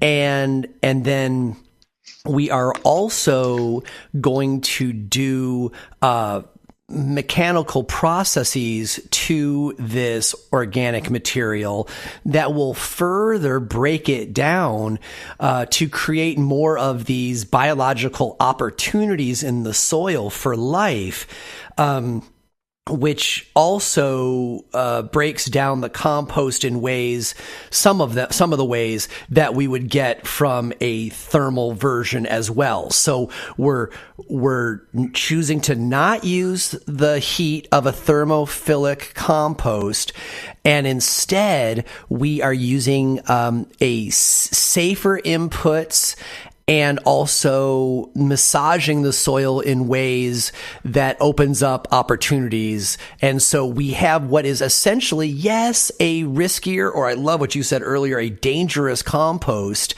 but we have decreased that risk by not using animal products in there, and we are making it more diverse and more effective by doing some of these mechanical preparations too.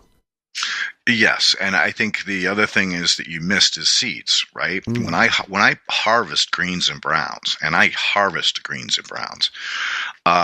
don't harvest plants that have gone to seed because I don't want the seed in my compost. What I want is flowers, but I don't want the seed pods. So that's another piece of this that's important. And the other one, which we're missing on, is diversity. Like I collect like every type of green I can find, every type of brown I can find. And then I use those proportionally, volume, not by weight, to make my pile. And the reason it's so important to get the diversity is because of endophytic biology.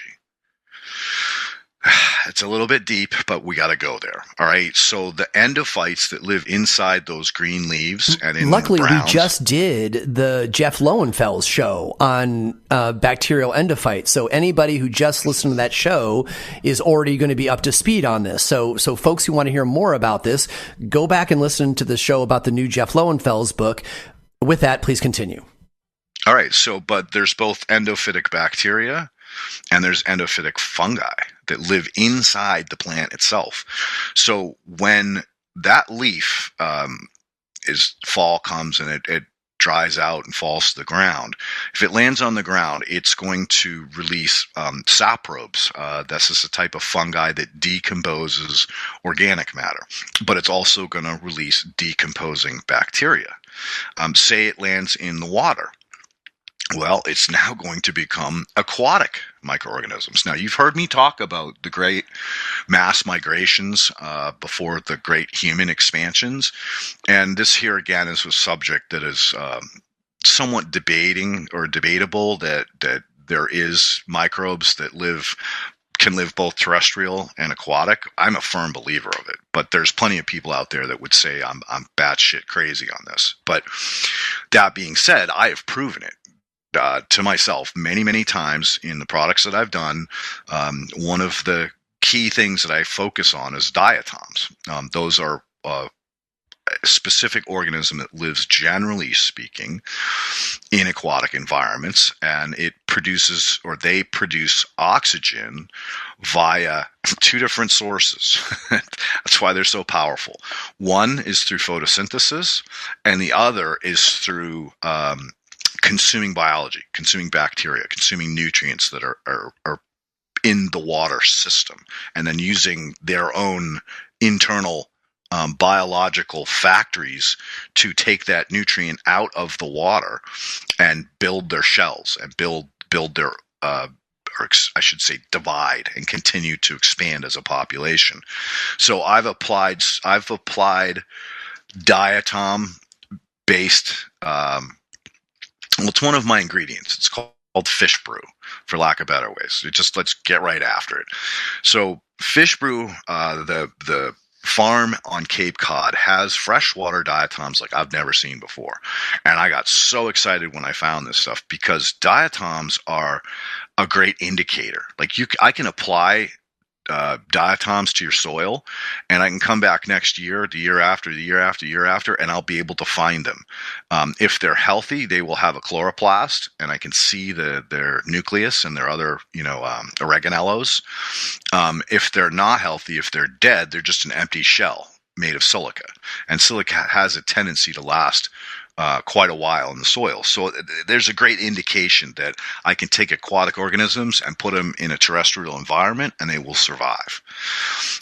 So that being said, when I take my low temp compost and I throw it into a situation where I'm using agitation, centrifugal force, aeration, soft collision, and I'm breaking off all of these pieces of what I want to call pre-digested organic matter. So it's in the digestion process, but it hasn't been completely digested into like a palm or a mom.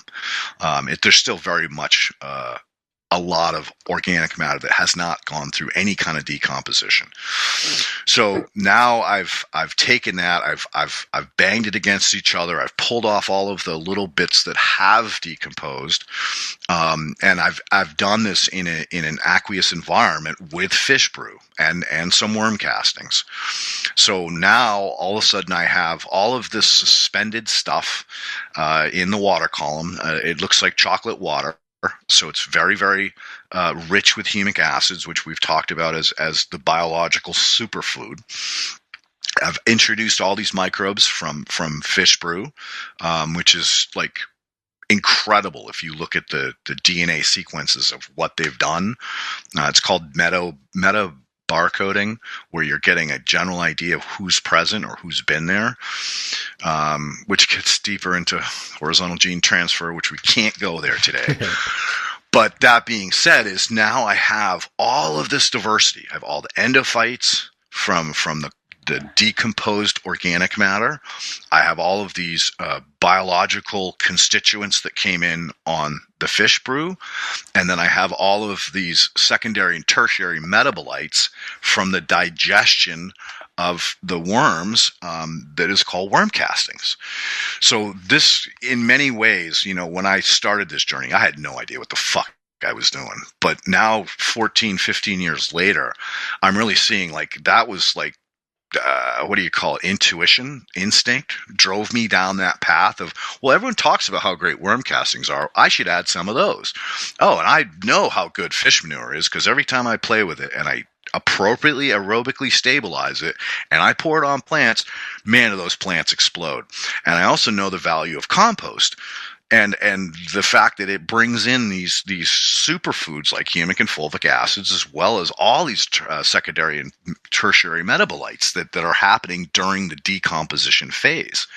So, bam, there's a grand slam home run for you by adding all these things together, using mechanical forces to separate them, and then using what I call dewatering techniques, which is through vibration, vibrating the organic matter to shed all of the liquid off of it.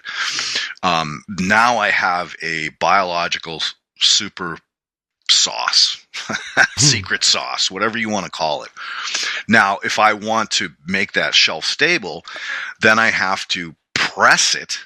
So take the dewatering to another level, and then I take that and fluff it up, and that's what you got was that inoculated poem that's easy to work with. Just put it in a glass of water, stir it up. As a matter of fact, on the podcast a couple weeks back, I actually drank some. I put some 11-year-old product in a glass of water, stirred it up, and drank it on camera because I've been telling people that I eat this shit all the time. Every time I work with it, I get it in my mouth, my ears. It's always, my fingernails are always dirty, so I'm just constantly being inoculated with this stuff.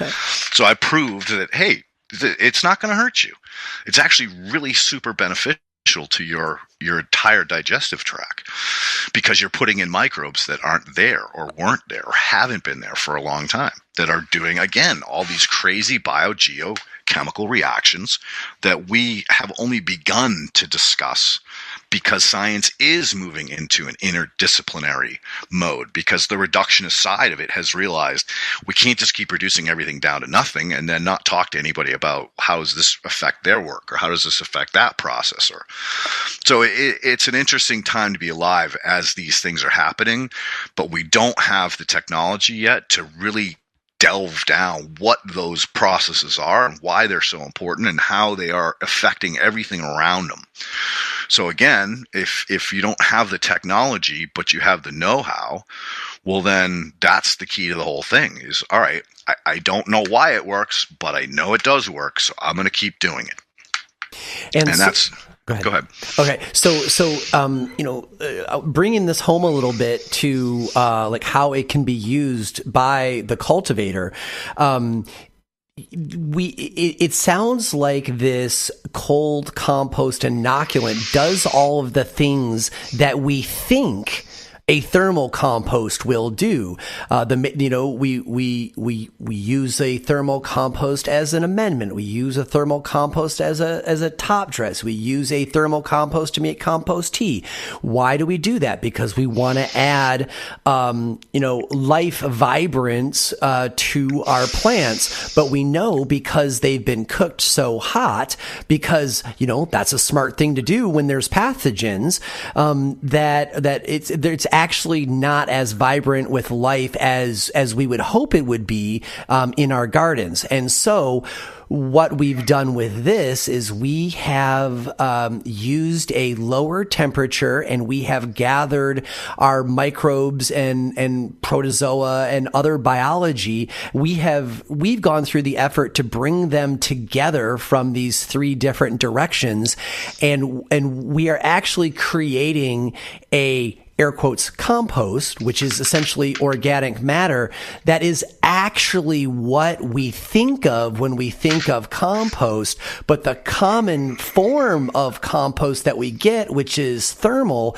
actually is not supercharged the way we really want it to be. And so this cold organic matter, because of the care we've put into it, is actually what we idealize about compost.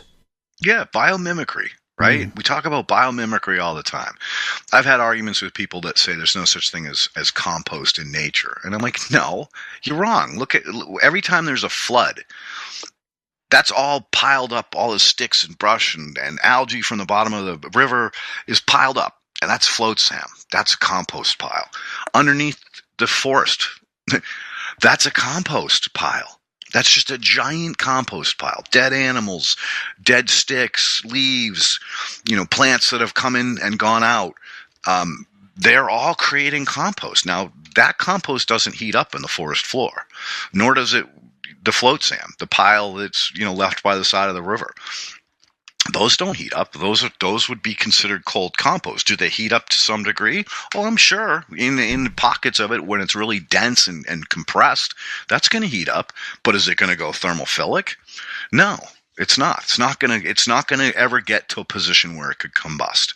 And that is the end of the thermophilic phase. If you let it run wild, is combustion, is when the microbes start to produce alcohol, and then it can self combust. So again, thermophytes are important to understand, and getting your head wrapped around the fact that you do not want to cross contaminate, you do not want to deal with pathogens, you do not want to deal with seeds. Thermophilic process is a great way to bypass that potential problem. All right. So I want to go back to talking about the actual physical structure of good compost. During the third set, we're gonna talk a little bit more about your actual manufacturing techniques, all these ways that you massage it. But you made a special point to talk about you're breaking the pieces down to a small size using these other methods that we're going to talk about. But you were very specific that the reason that you're doing it is to make these organic matter grains have lots of housing and community opportunities for the microbes and protozoa and amoeba and other denizens of the rhizosphere, right? So talk a little bit about that, would you, about the actual physical structure of good compost? So this goes back to POEM, particulate organic matter, and MOEM, mineral-associated organic matter. Mineral-associated organic matter is going to be very dense, kind of like worm castings, except for even more dense. So think of bulk density, how much something weighs by volume. And those weights are going to be indicators of how long that material, that organic matter, is going to last in the soil system, as well as how quickly it will release its nutrient. So POEM will last 2 to 3 months in an organic system. MOEM will last 2 to 3 years.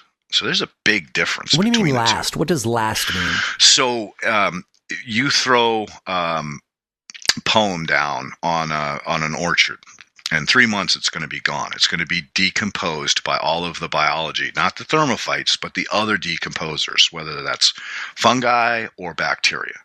But it's going to go away. It's going to have been used up as a nutrient for the plants that you've applied it to. Does that make sense? Yep, I do. Okay, so again, the MOEM is going to last years, and the POEM is going to last months. So what that tells me is that if I colonize that palm and I apply it, then what's going to happen is we're going to have a fast nutrient release. Within 3 months, it's all going to be gone. It's going to be consumed and released, plant available, or at least stored in the biology, in the bacteria. Whereas MOEM, you're not going to get that fast release. You're going to get a really, really slow release, which is good for soil structure, because you want concrete foundations. You don't want to build your palace on bamboo stilts, right? But if I'm trying to get inoculation. I want to get those microbes that have set up shop and in these condominiums on this poem. Then the best way to do it is use the poem, because I know it's going to have released all of that biology into the soil relatively quickly. And to be honest with you, Moam is so dense, the bulk density is so great that you don't have the ability for mass colonization. It's too dense. It doesn't let the oxygen in to feed the bacteria that in turn are providing food sources for the protozoa. And it gets complex, but I think I explained it okay there. Yeah, and so you want to have these small, fluffy, granular. I guess probably the outside of them are, and also we don't want anything like smooth. So it creates all these like small micro hotels for all of these microbes. That is essentially the point. Exactly, dude. Like remember when we were smashing up rocks? Yeah. Oh God. Yeah. I remember smashing up rocks to make my regen tent with the soil horizons. Oh my God. Yep. So no smooth surfaces. Yeah. Think of it like if you polish something, it's very difficult for oxidization, for any kind of mechanical force to break it down. So that polish is protection. And yes, you want porous, you want surface area as much as you possibly can get, so things can get into the cracks and set up shop and set up their biofilm and start to expand out. But they can't do that on a smooth surface. They don't have the benefit of the protection on three sides. They're basically exposed on 180 degrees on a polished surface, where if they're in a little crack or a crevice, there's a very small exposure to the outside environment. All right, that makes sense, especially with the word porous. That gives me the picture I'm looking for.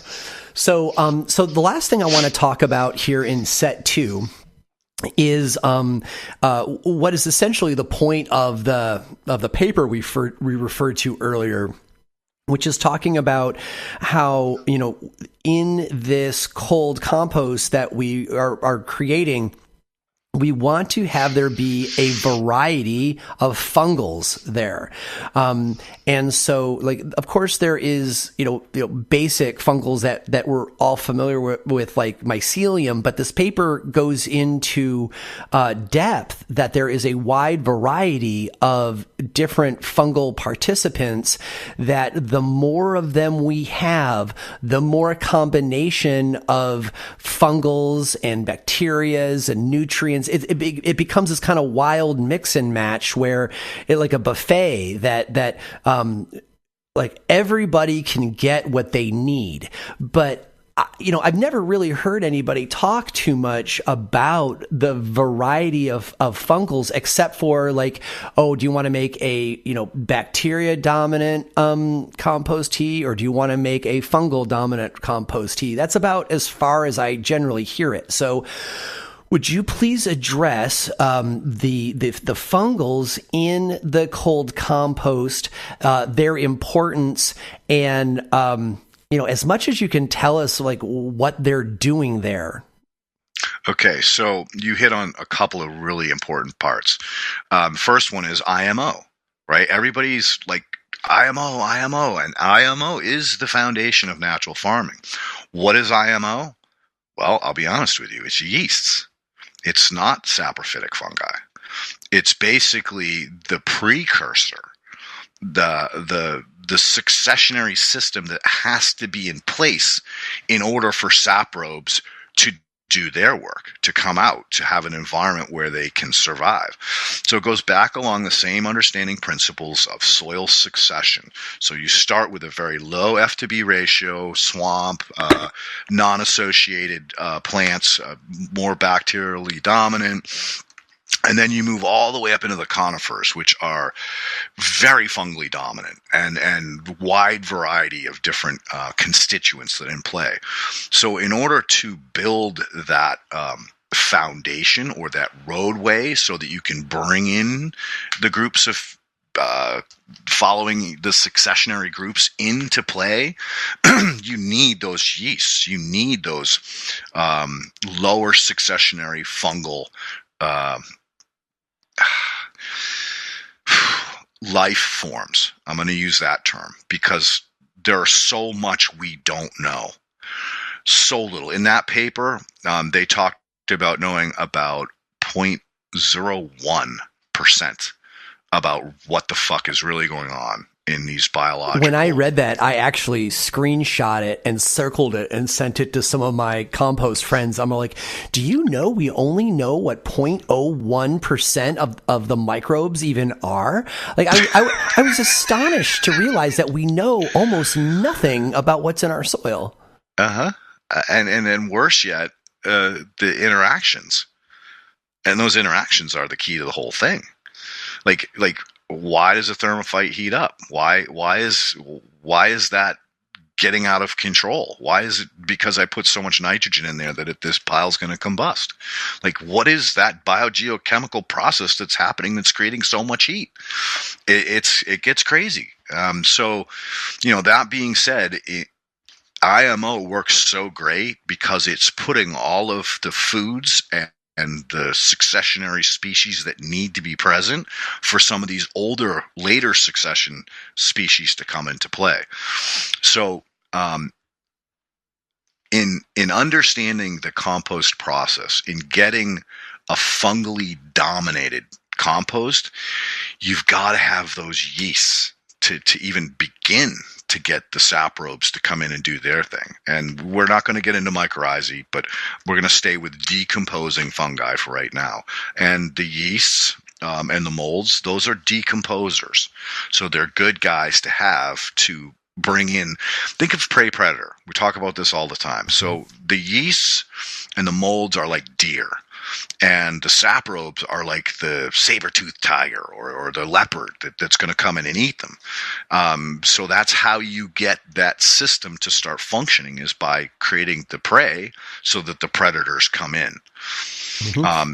So where are we going to get our predators from? Well, we get them from old rotten wood chips. That's one of the major sources for getting decomposing saprobe fungi. You call mycelium. A lot of people don't understand that mycelium is actually like a cord. It's filled with hundreds, if not hundreds of thousands of different individual organisms that are all working together like a internet superhighway.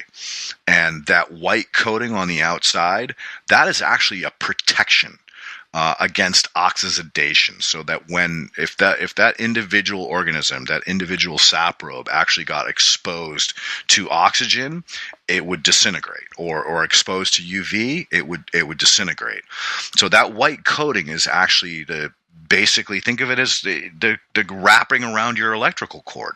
It's to prevent something from going catastrophically wrong.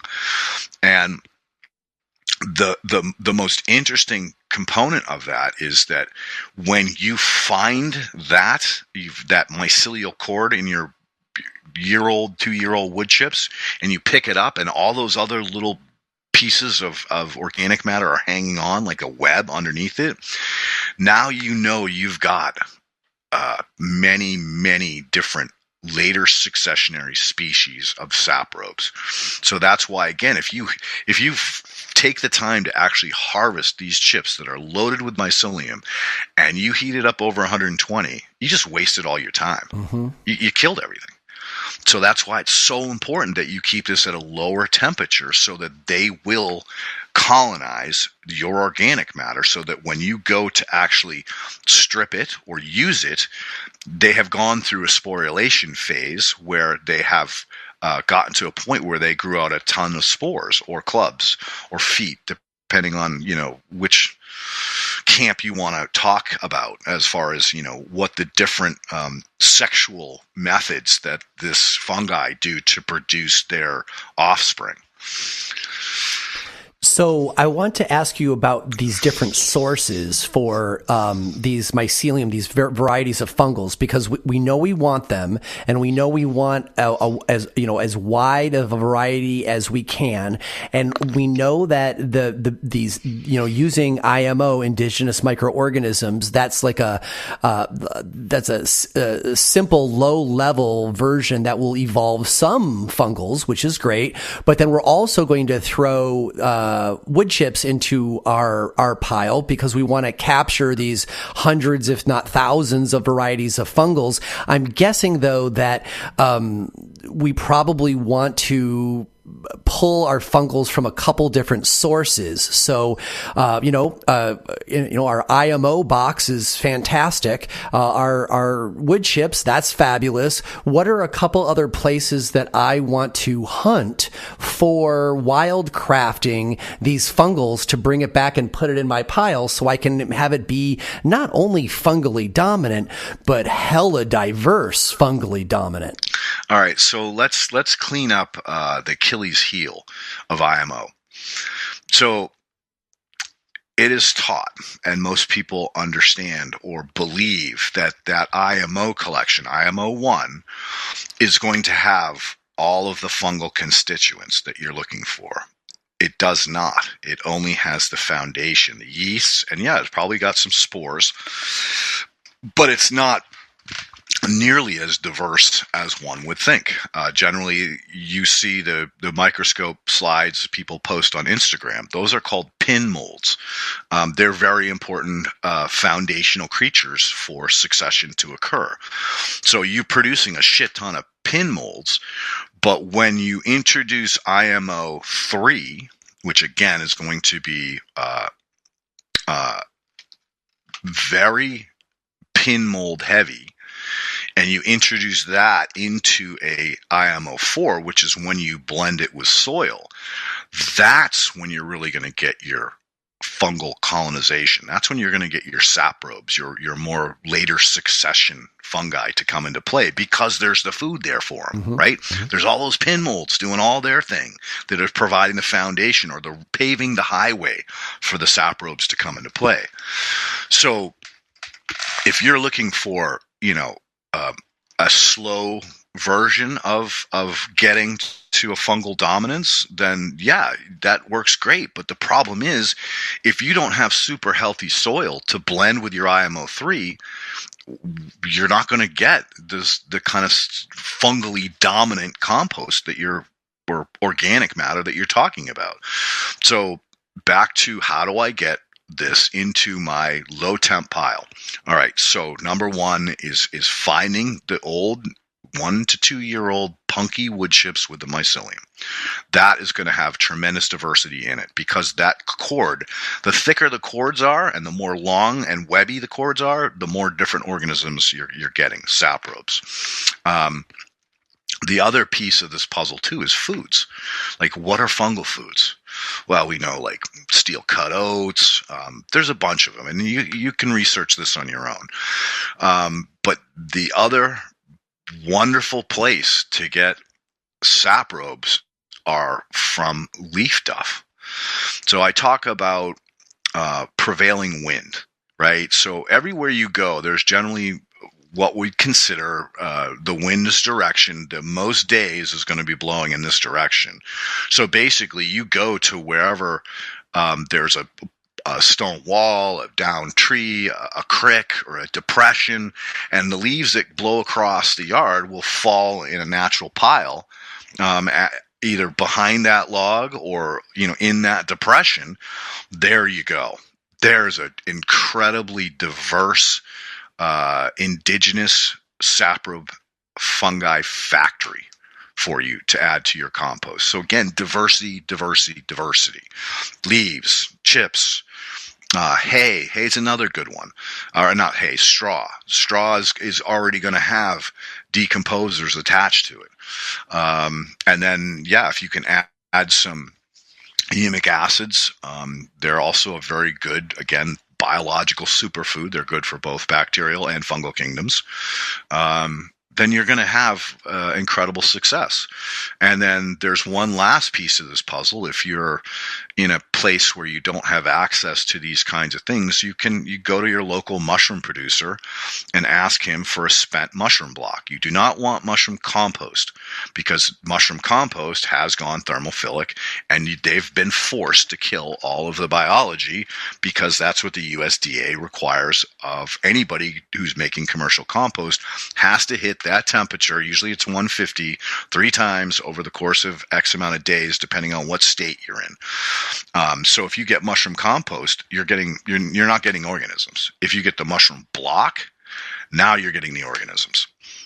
Wow, that's really cool. I have access to many mushroom blocks, which I will now go get.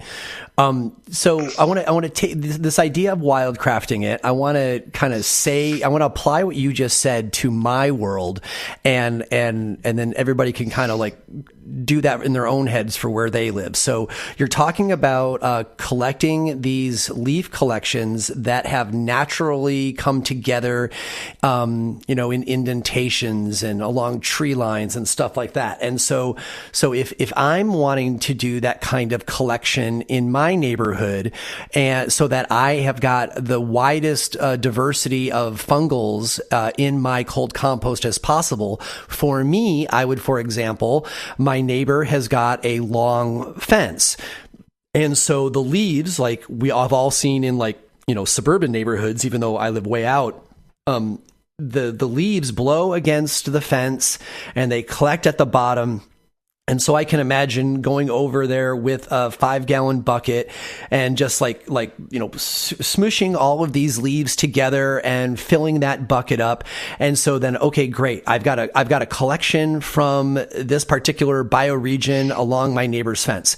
I also have got this huge ass tree in my yard, and because the base of the tree kind of swells up because of the old root structure, there's always a whole bunch of magic sitting in there too. Plus, as you've talked about before, there's all of these yeasts, these IMOs that actually kind of fall from these trees, these fungal dusts that fall from the trees. So all right, I will collect all of the leaves that are at the bottom of the tree as well, and I'm going to get a little of this, little fir bits and FIR fir bits and some leaves and I don't know, random organic matter debris. And so I'll fill a bucket with that. And then maybe I would go over to the estuary here on the island, go over to Fern Cove, because there's all these different leaves that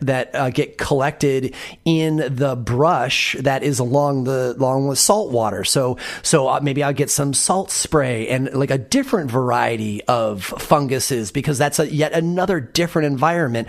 And I'm thinking to myself, I want the environments to be different, because these different biological environments are going to have different fungals.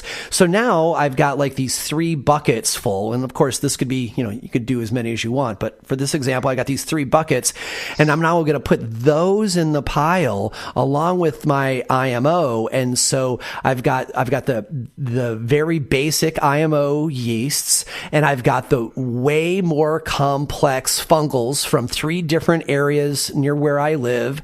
Plus, I've got all this higher end cool mycelial action going on, and all the hangers on that you mentioned.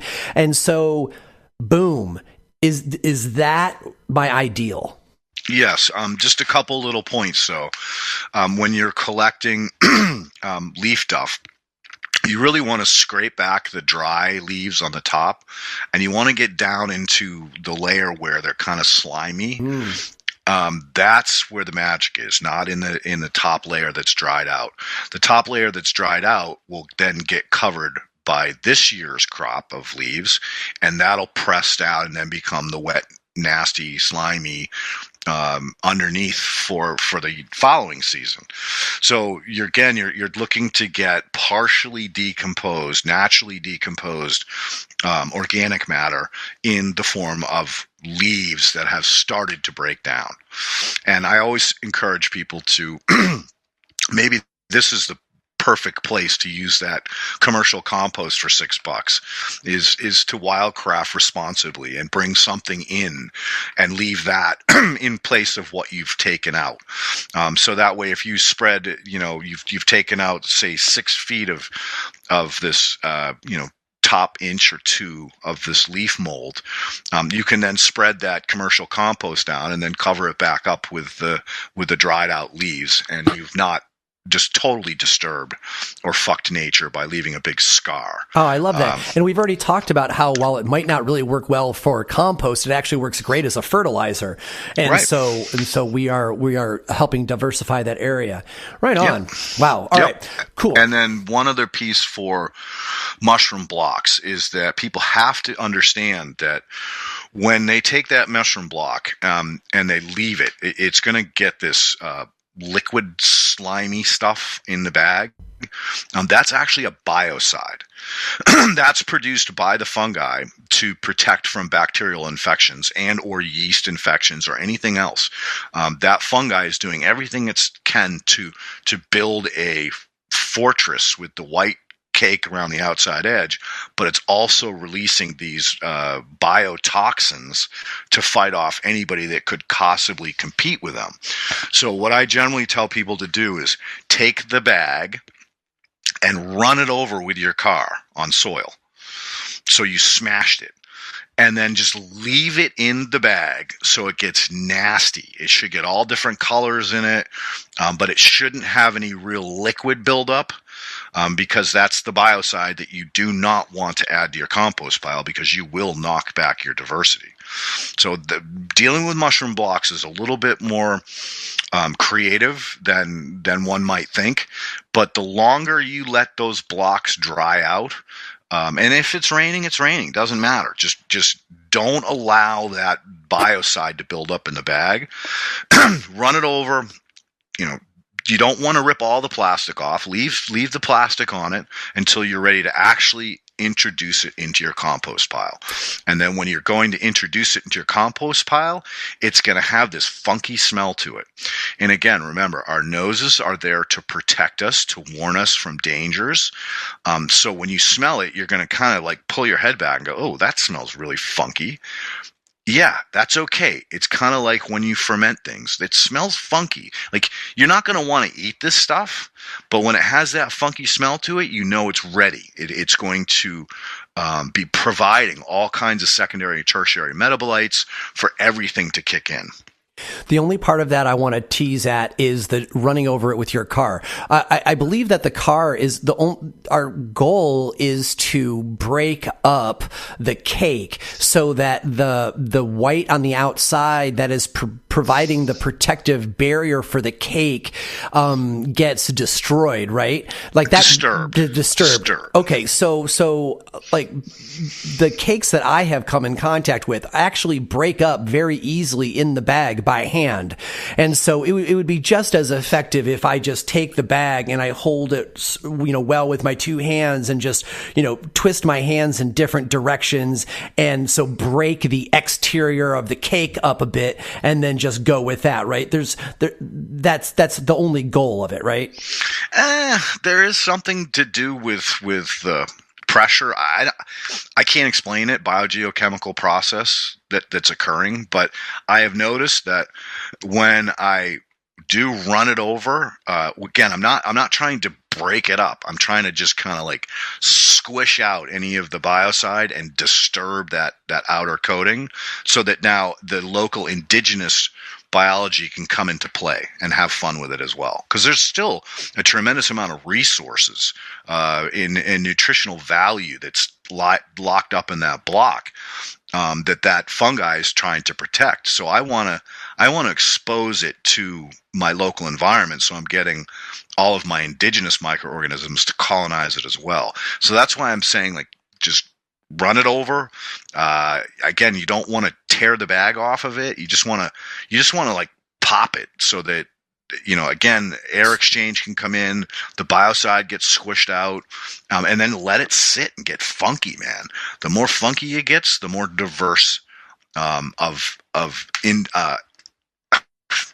the more diverse of microorganisms that you'll get from your microenvironment.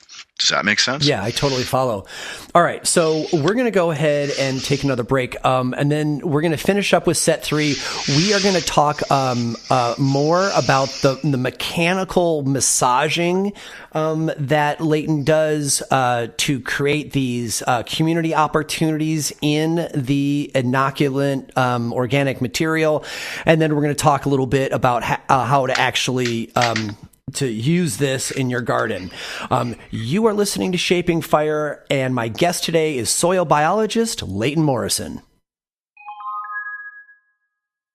For decades, Americans have enjoyed cannabis flowers in joints and bongs and bowls.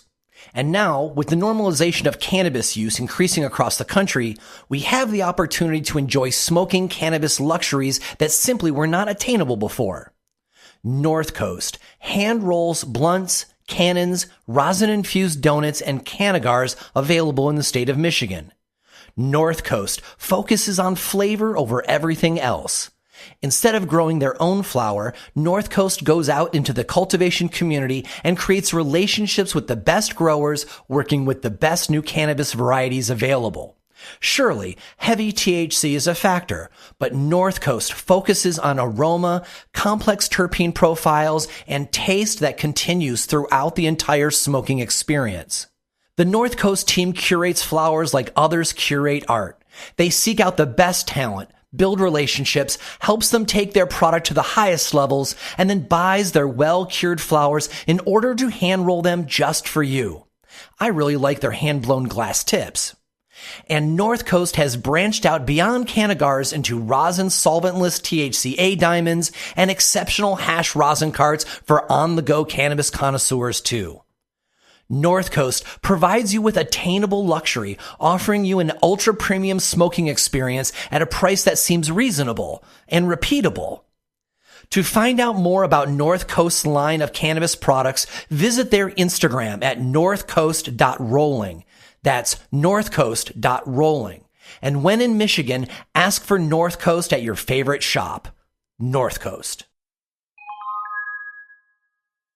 There is no doubt that auto-flowering cannabis plants have finally come into their own.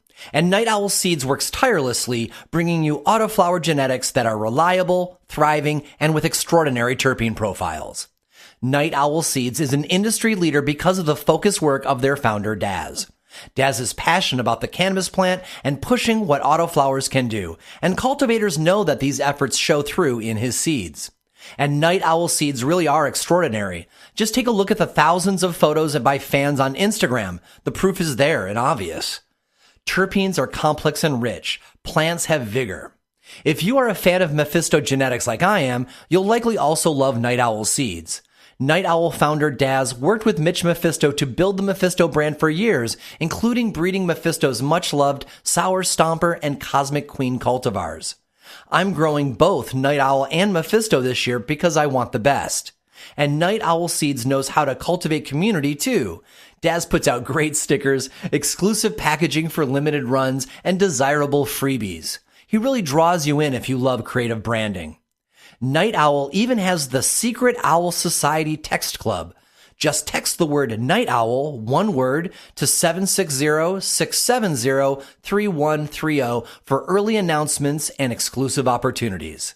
Of course, you can see lots of photos and find out about upcoming drops by following the Night Owl Seeds Instagram too, at daz.nightowl. That's DAZ.nightowl. You can get your packs of Night Owl Seeds at several distributors, including DC Seed Exchange, Insane Seeds, and Hembra Genetics. That's Night Owl Seeds. There's a difference because we're different. For years, organic cultivators have been looking for a peat moss replacement. Peat moss has long been the go-to soil amendment for water retention and container growing, but organic growers are recognizing now that peat moss is an unsustainable resource, and the mining of peat bogs destroys wetland habitats and releases sequestered carbon. But peat moss works so well that many have continued to use it. Now there is finally a revolutionary replacement for peat moss that provides better benefits while being a sustainable choice.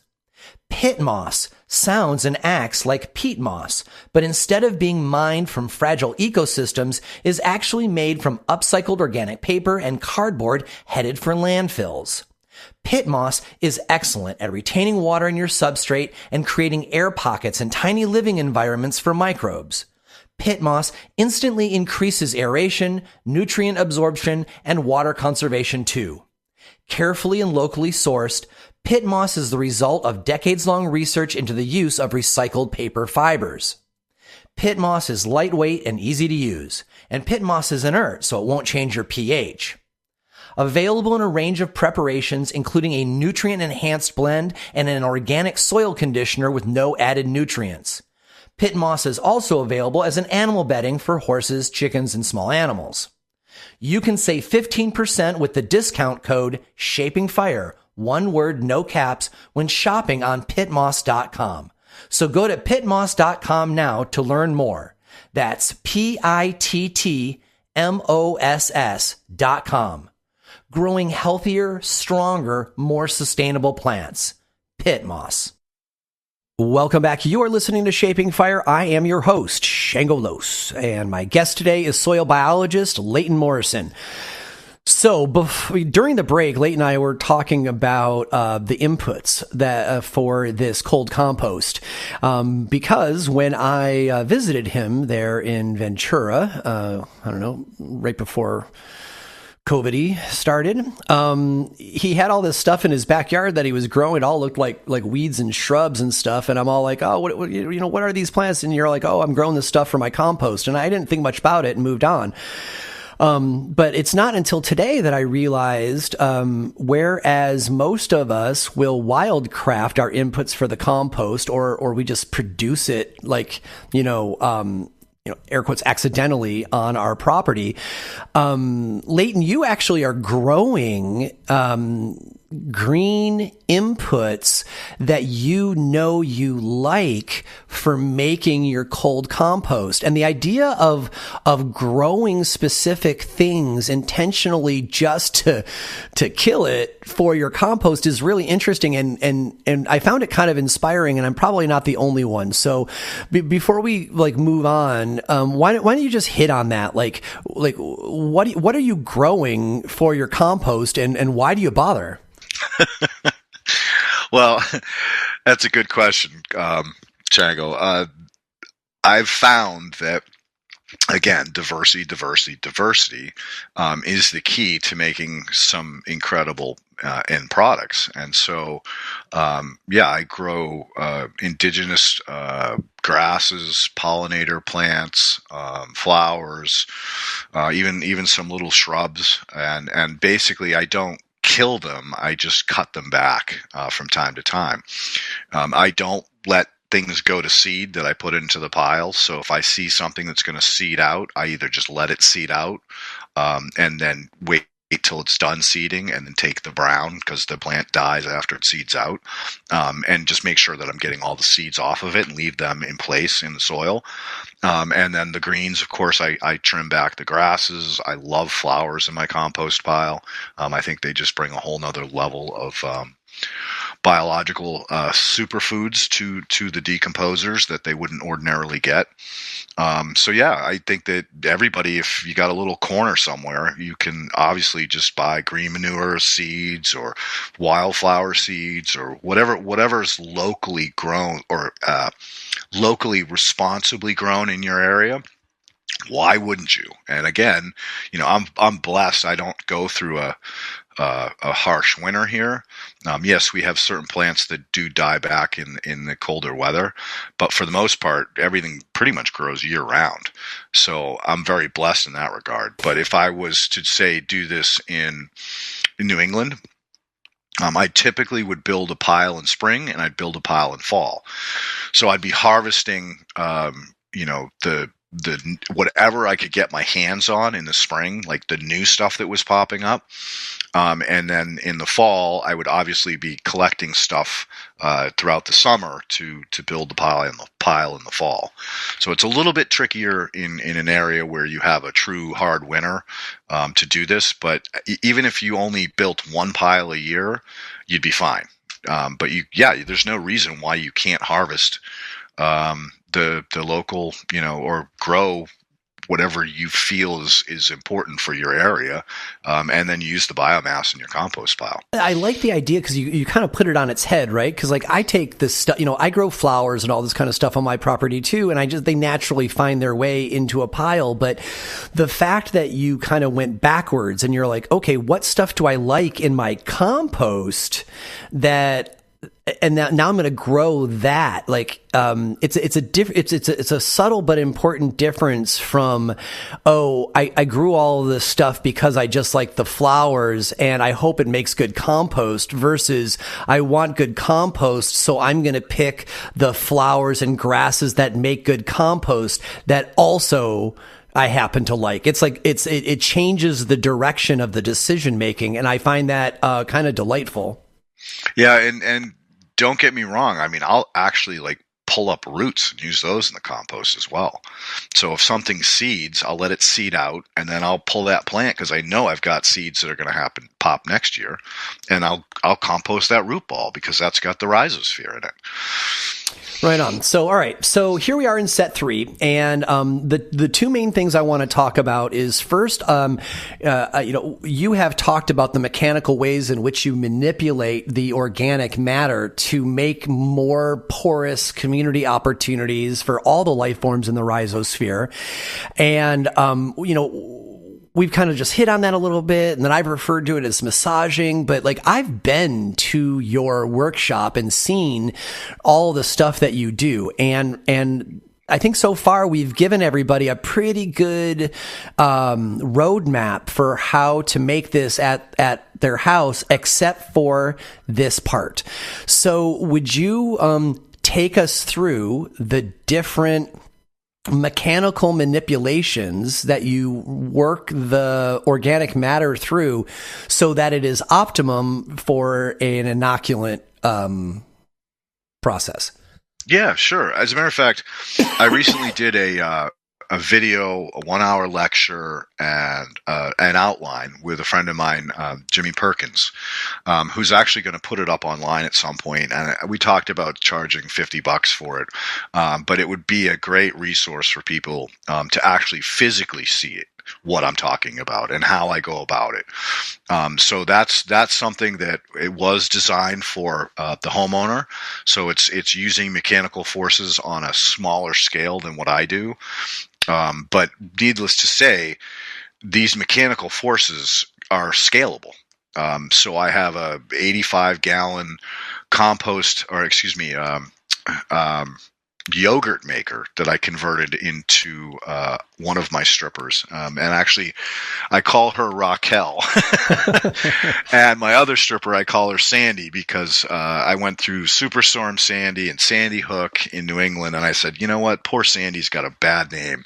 Let's make something good out of the name Sandy. So the one that I travel with is Sandy, and it was basically a older washing machine that I converted to do this, what I call soft collision. So in a soft collision, think about the two of us standing in a pool, up to our neck in water, and underwater, I punch you. You're going to feel it. You're going to feel the force of it, but it's not going to hurt you. If we were standing in the air and I did that, you'd feel some serious pain. So that's the kind of philosophy that I want you to think about when you are talking about soft colliding organic materials or matters together in a way that you're brushing off the loose pieces, the fungi, the biology. You're not damaging it. You're basically using its own biomass to break off the pieces that are suitable and ready to be used as poem to inoculate your soil. All right. So number 1 is soft colliding using a washing machine. Would you give a quick description of your retrofit of that washing machine?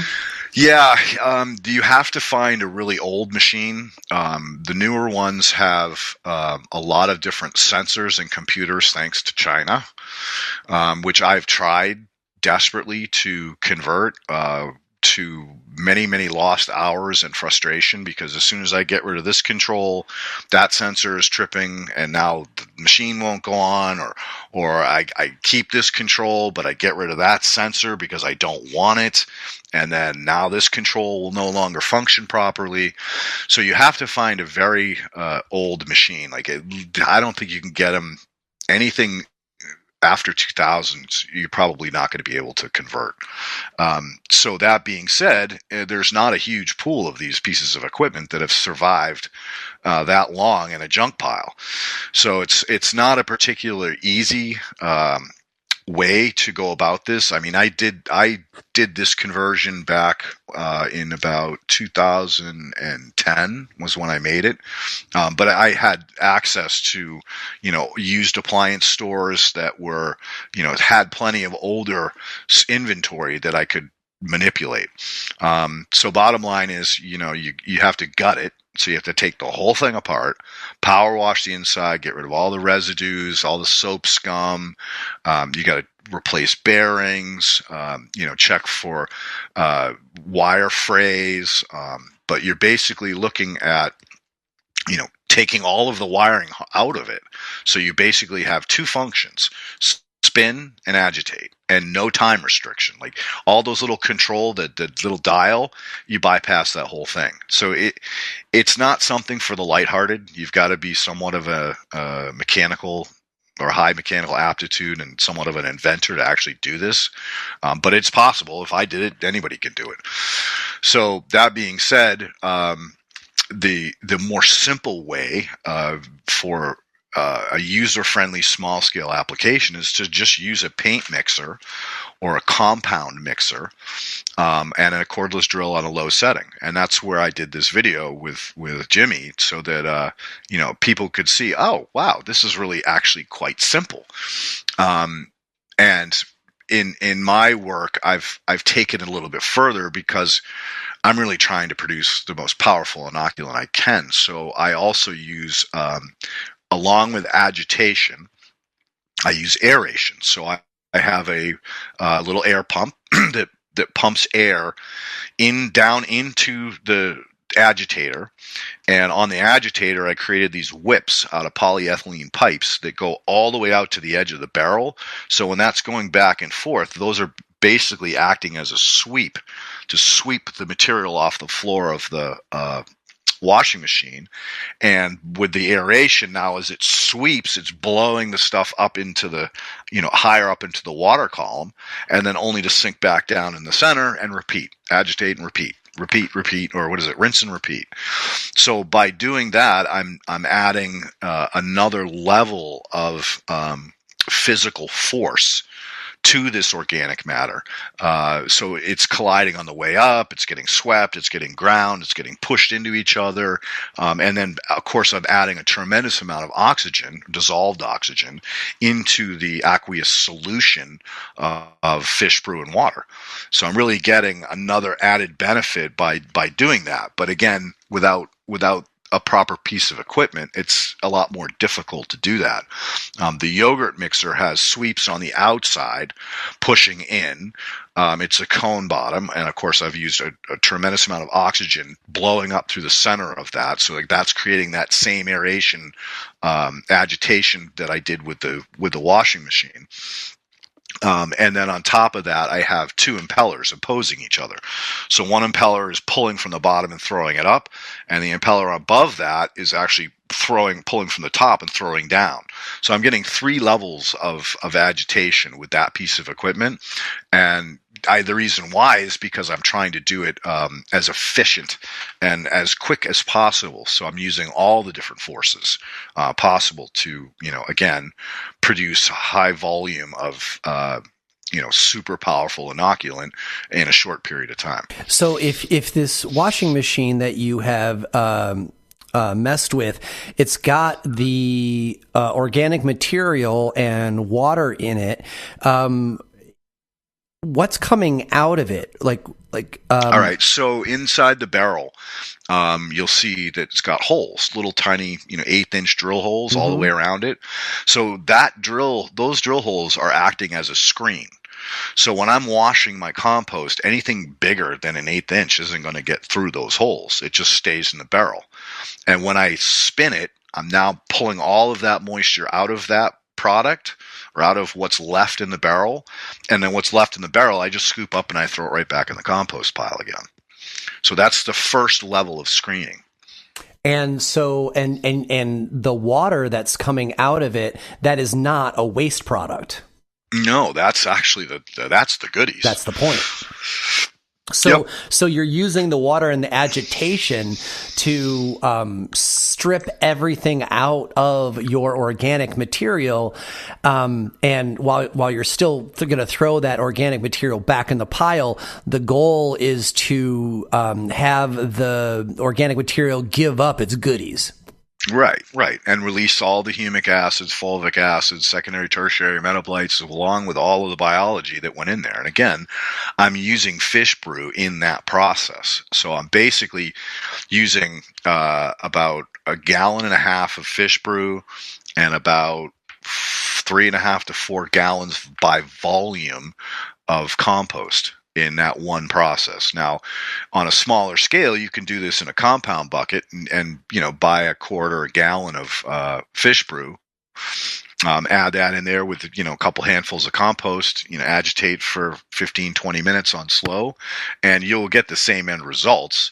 You just won't have been as efficient in removing all of those organisms and components that you're looking for. Right on. And I know you and I both share a love of the fish brew product, but I'm always trying to make people self-sufficient. So if somebody doesn't want to buy the fish brew, they can go their own way and collect fish poop. So find themselves an aquaponics company or whatever. The point is that fish brew is the easy way to go, but you can also do this if you use your aquarium water.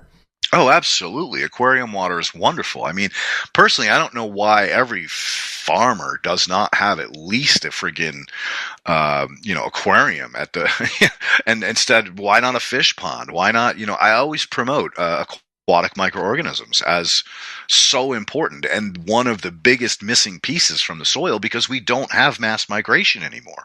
The soil used to get inoculated every time a migration occurred, but that doesn't happen anymore. So AMOs are, in my mind, the foundation of creating regenerative, healthy soil. So without them, what are you really accomplishing? So another way to get aquatic microorganisms is to do a wildcraft of kelp or algae, duckweed, any of those things. And you basically, any aquatic plants, you put them in a bucket, put the wire mesh on top, put a brick on it so that the plants are all submersed below the water, put it in the hot sun for 3 to 5 days, depends on where you are and what temperature you're at. But what you'll see is a white frothy foam that raises to the surface. And again, it's going to have a funky smell. So your body's going to be like, ew, that's weird. What is that? So you're going to kind of get a reaction to it. It's not going to smell like poop, but it's not going to smell like forest floor either. It's going to smell funky, kind of like those mushroom blocks. But that is a very powerful aquatic microorganism inoculant that you can pour on your compost pile. And it's funny that you say that about fish brew. And I just traveled the entire country, and we did soil awareness classes. I think I did 7 of them. Across the country, and I had the same answer at every one of them. I'm like, dude, you need fish brew. Dude, you need fish brew. And I got to the point where I was like, man, these people probably think I own fish brew. And in reality, I don't. I have no stake in it. All I can tell you is that I've been using that product since Rodale, since the inception of trying to do this. Actually, before Rodale, I'd come to realize that there was something really special about fish manure, because every time I poured it on a plant, I'd see plant reaction. That's the whole reason I went down to Rodale, to talk to this woman named Elaine, who I had no idea who she was, and show her this stuff and put it under the microscope. And she came back and goes, holy shit, where did you get this? So it is the missing piece of the pie, the biology. Just like in soil science, they're missing the biology. Everybody's missing the biology. And can you do this with your own compost? Absolutely. You have two choices, time or money. How much time you got? If you don't have a lot of time, then you need to spend the money. If you don't have a lot of money, then you got to spend the time. But can you do it without fish brew? Absolutely. But it's going to take time and trials and learning how to work with aquatic organisms.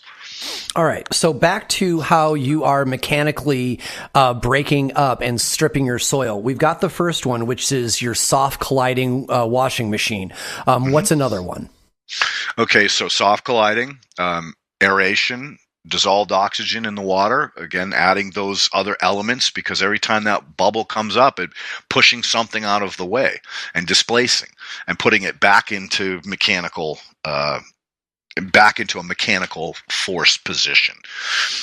So then after you go through those basic, or I want to call beginning processes of pulling apart the organic matter, the next would be through dewatering.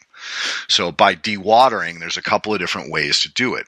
There are some really cool screw presses where you'd feed in this slurry at the top of it, and it has a big auger in it, and it presses that material until the liquid oozes out the sides, and eventually you just get this cake that comes out the end, where when the screw pressure has gotten so great that the end of it will kind of open up a little bit and let some of the dewatered organic matter to spill out into the waste pan. I've also used, personally, I've went toward what's called a concrete vibrator. It's used to mount on the walls of foundations so that you're vibrating the concrete to get all of the air out of it. And I use that in conjunction with a metal or wood frame and with a stainless steel mesh screen that I string like a guitar. And then I suspend it on these rubber isolators so that the vibration is only occurring on the screen and not vibrating everything else around it. So I've basically isolated the vibration.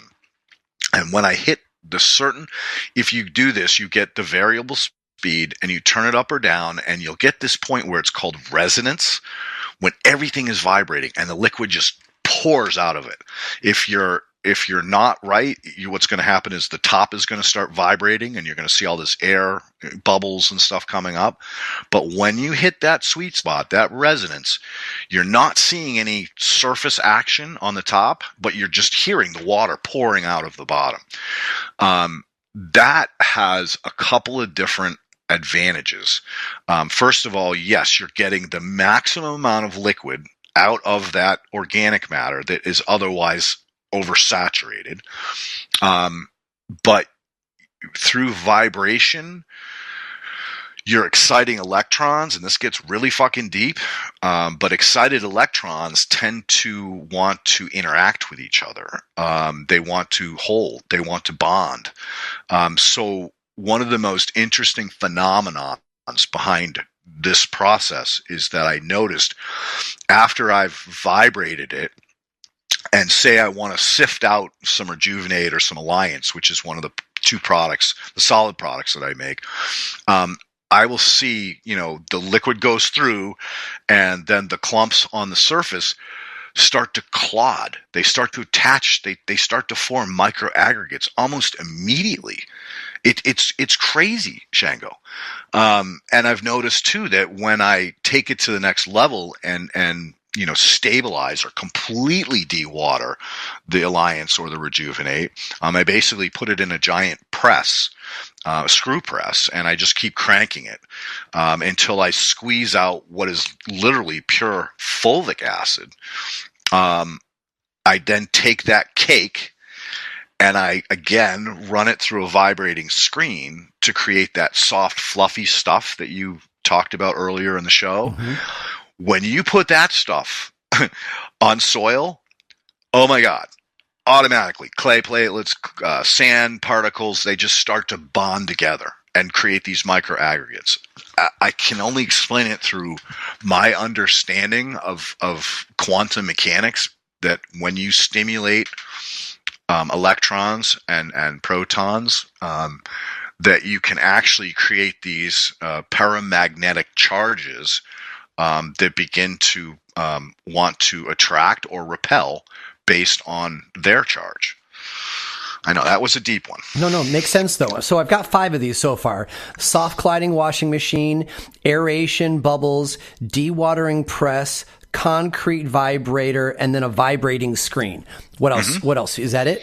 Or is there another one? I would say that's the majority of it. I mean, again, your goal here is to lower the moisture value of the product if you're trying to make it shelf stable. If shelf stability isn't an issue and you just want to make it and use it, then you don't have to go through all of these processes. Like you can just literally just take it, mix it. I poured it into a paint strainer, which was stupid. I should have used a insect screen, because in turn we're only putting it in a watering can and watering it, so I don't need to take all the big chunks out of it. The more chunky it is, the better and higher level of inoculation that you can create quicker. So again, the chunkier the better. So I think those are pretty much the primary forces, and then it's just a matter of, all right, how are you applying it? Okay. And that'll drive you to, all right, I got to screen it to this level because I'm running it through a diaphragm pump. Please do not use centrifugal force. Centrifugal force creates cavitation. Cavitation kills biology.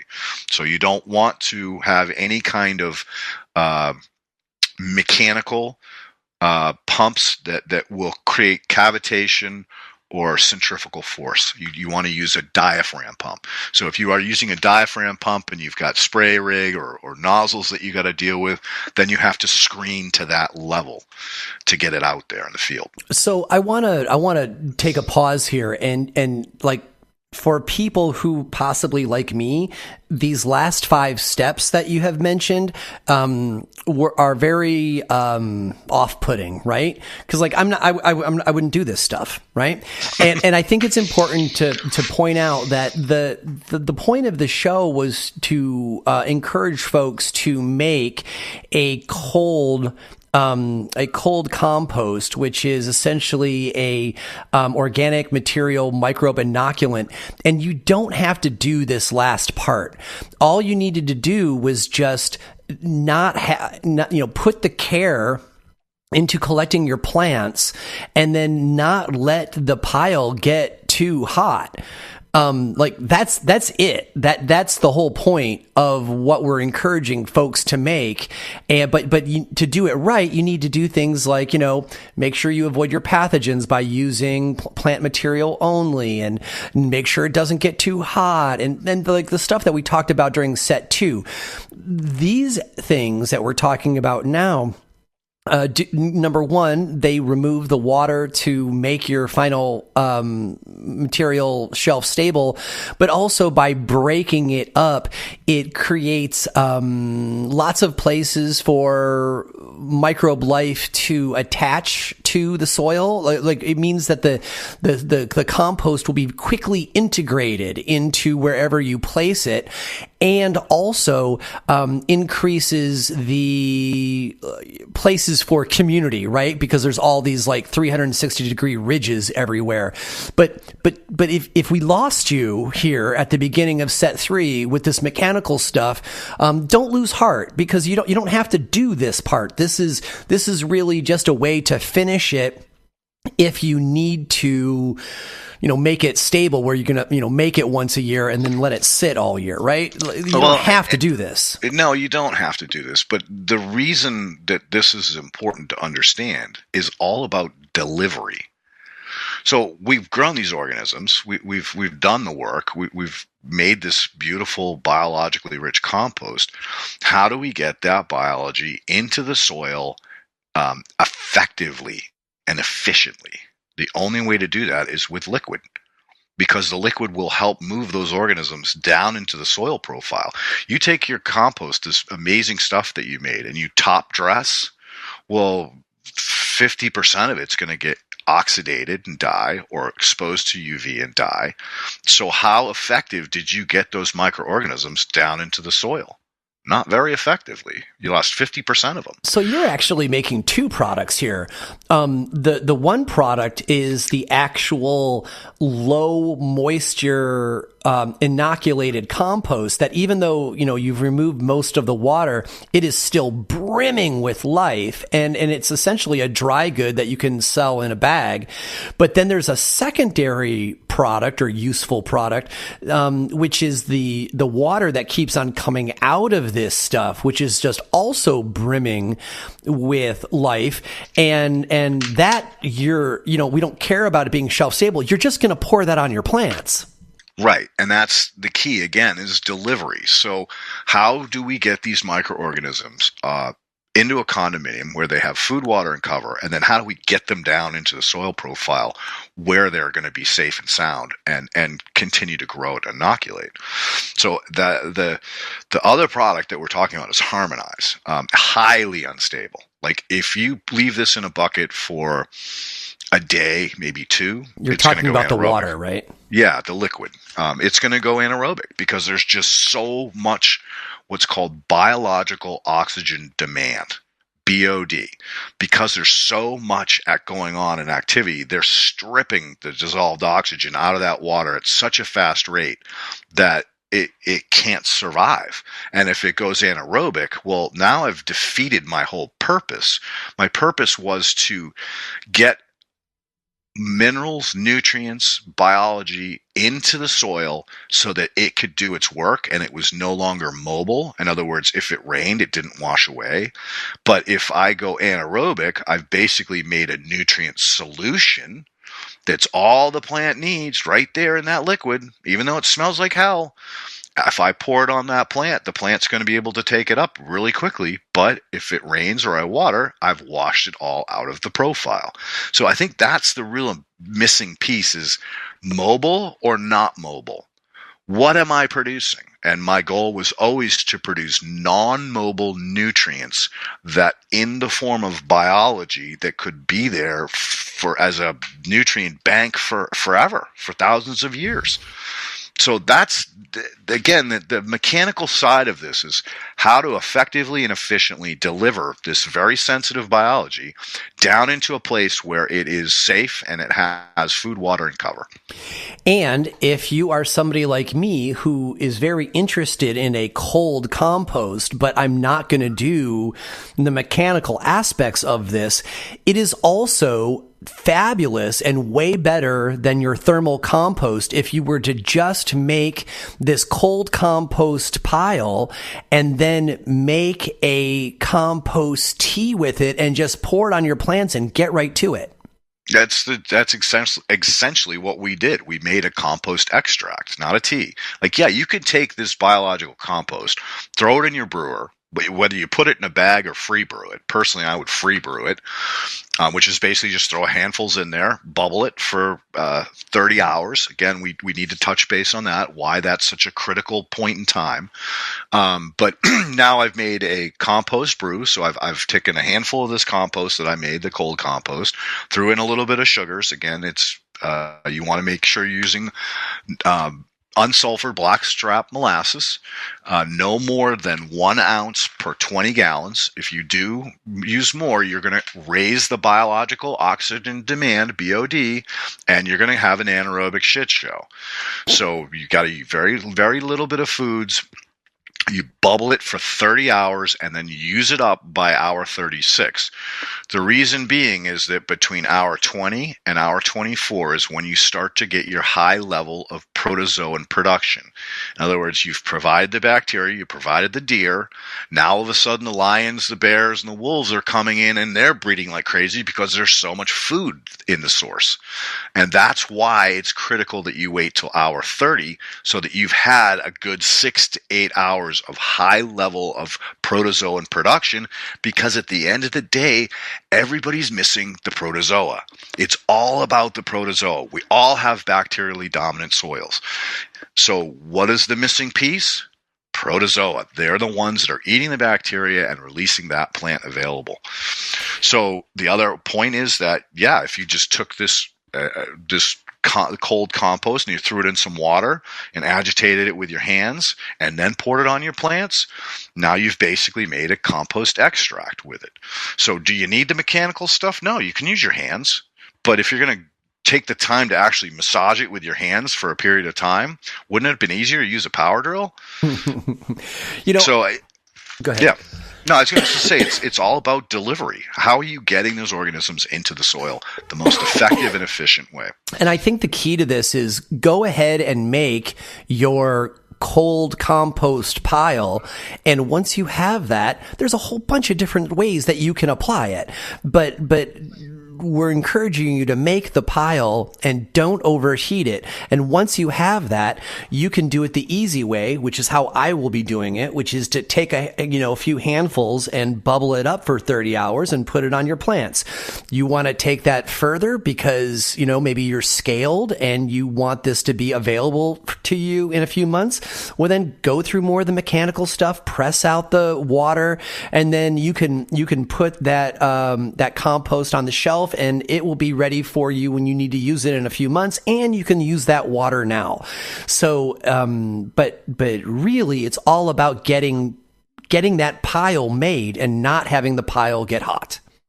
Amen to that, dude. All right. It's all about making ingredients. One interesting footnote I would like to throw in here is that people will be astonished at all the unexpected benefits that come from using a biology-rich cold compost. And the one example that I want to have, because it's really hard to say, oh, my plant's color got so much better, and oh, like the flowers were so good, and oh my gosh, the flowers tasted better. I felt like it had a wider terpene profile than I normally get. All that's true, but it's really hard to measure that. But what I can tell you is, if you go back in the Shaping Fire Instagram, we've got this 4x4 indoor bed that, even though I'm using electricity for LED lights, I'm trying to use regenerative techniques indoors. It kind of as an experiment, because, doing regenerative stuff indoors has got its own challenges. And so I did that, and I ended up with a fungus gnat breakout for whatever reason.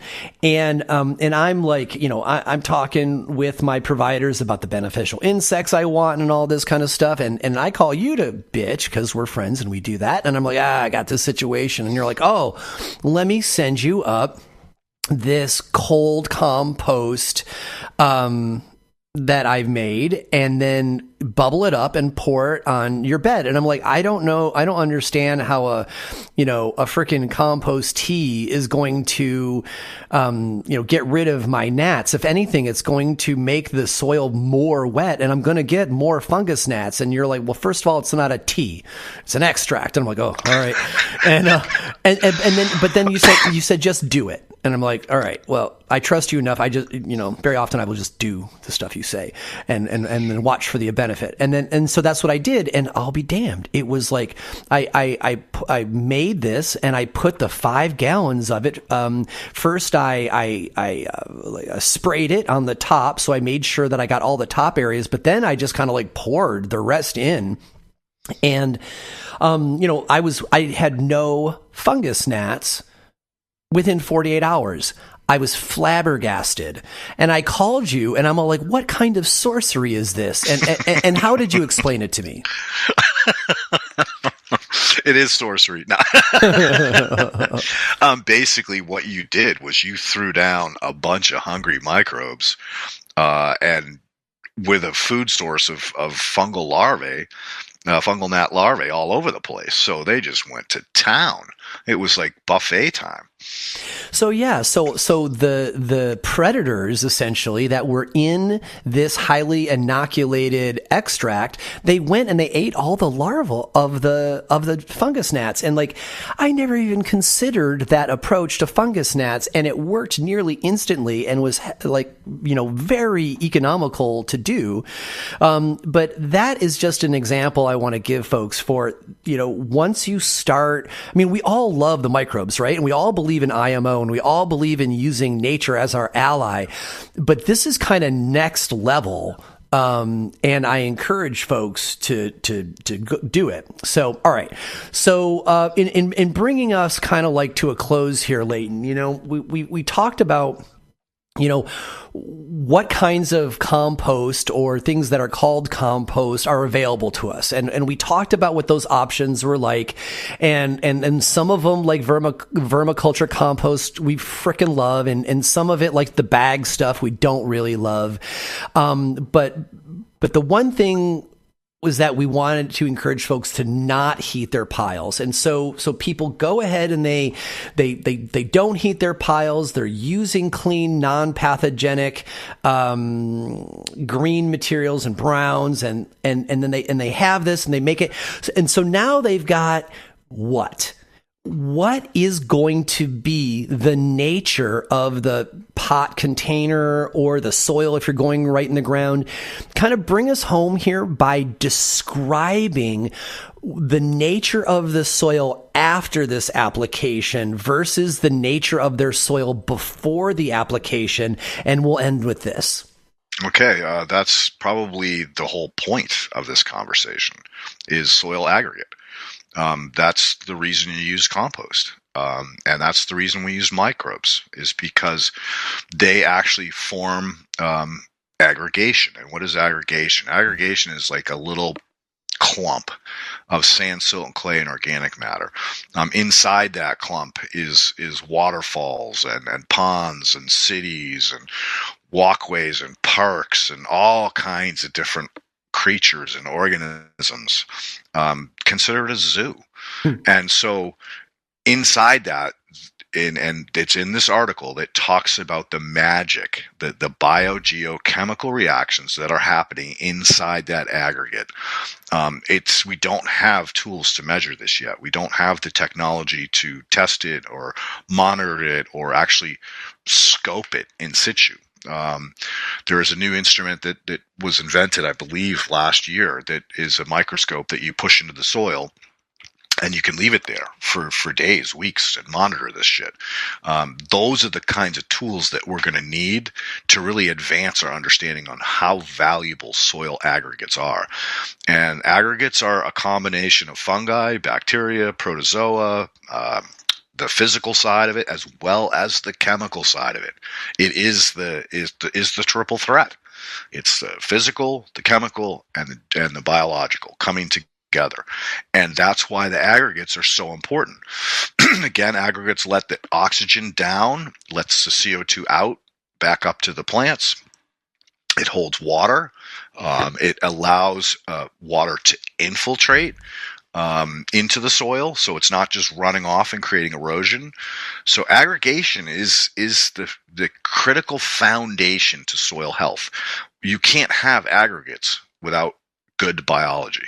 It doesn't exist. You have compacted soil because you don't have the biology. But once you have the biology and the organic matter in play, you will begin to form aggregates. So again, that's why I went through this whole process of vibrating shit and exciting the electrons so they will form these aggregates extremely quickly. That's the whole purpose of taking this biological compost and manufacturing it, for lack of better words, so that you're getting a faster response in building the soil health and building those aggregates. Fabulous. So, it's not lost on me. And I think this is one of the reasons why, as I learned more about cold compost extracts, why I kept on pursuing this until I figured out what this was enough to do a show about it. I really think that this is the future of regenerative farming. I think that, thermal compost has been a great tool for the times, but we are sophisticated enough now to know how to work with the microbes and to know that, our biggest role is to stop fucking killing all the microbes, and then second, add microbes and help incubate them and make more of them as much as possible, because we're not really the ones that are going to clean up the mess we've made. It's really the microbes that are.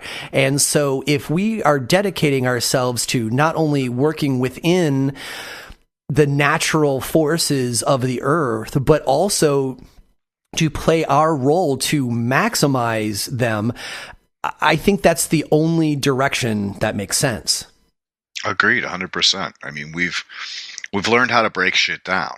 Now we got to learn to put things back together again, the way nature would have, through biomimicry, and not through our ego, if for lack of better words. I think that is the best word, man.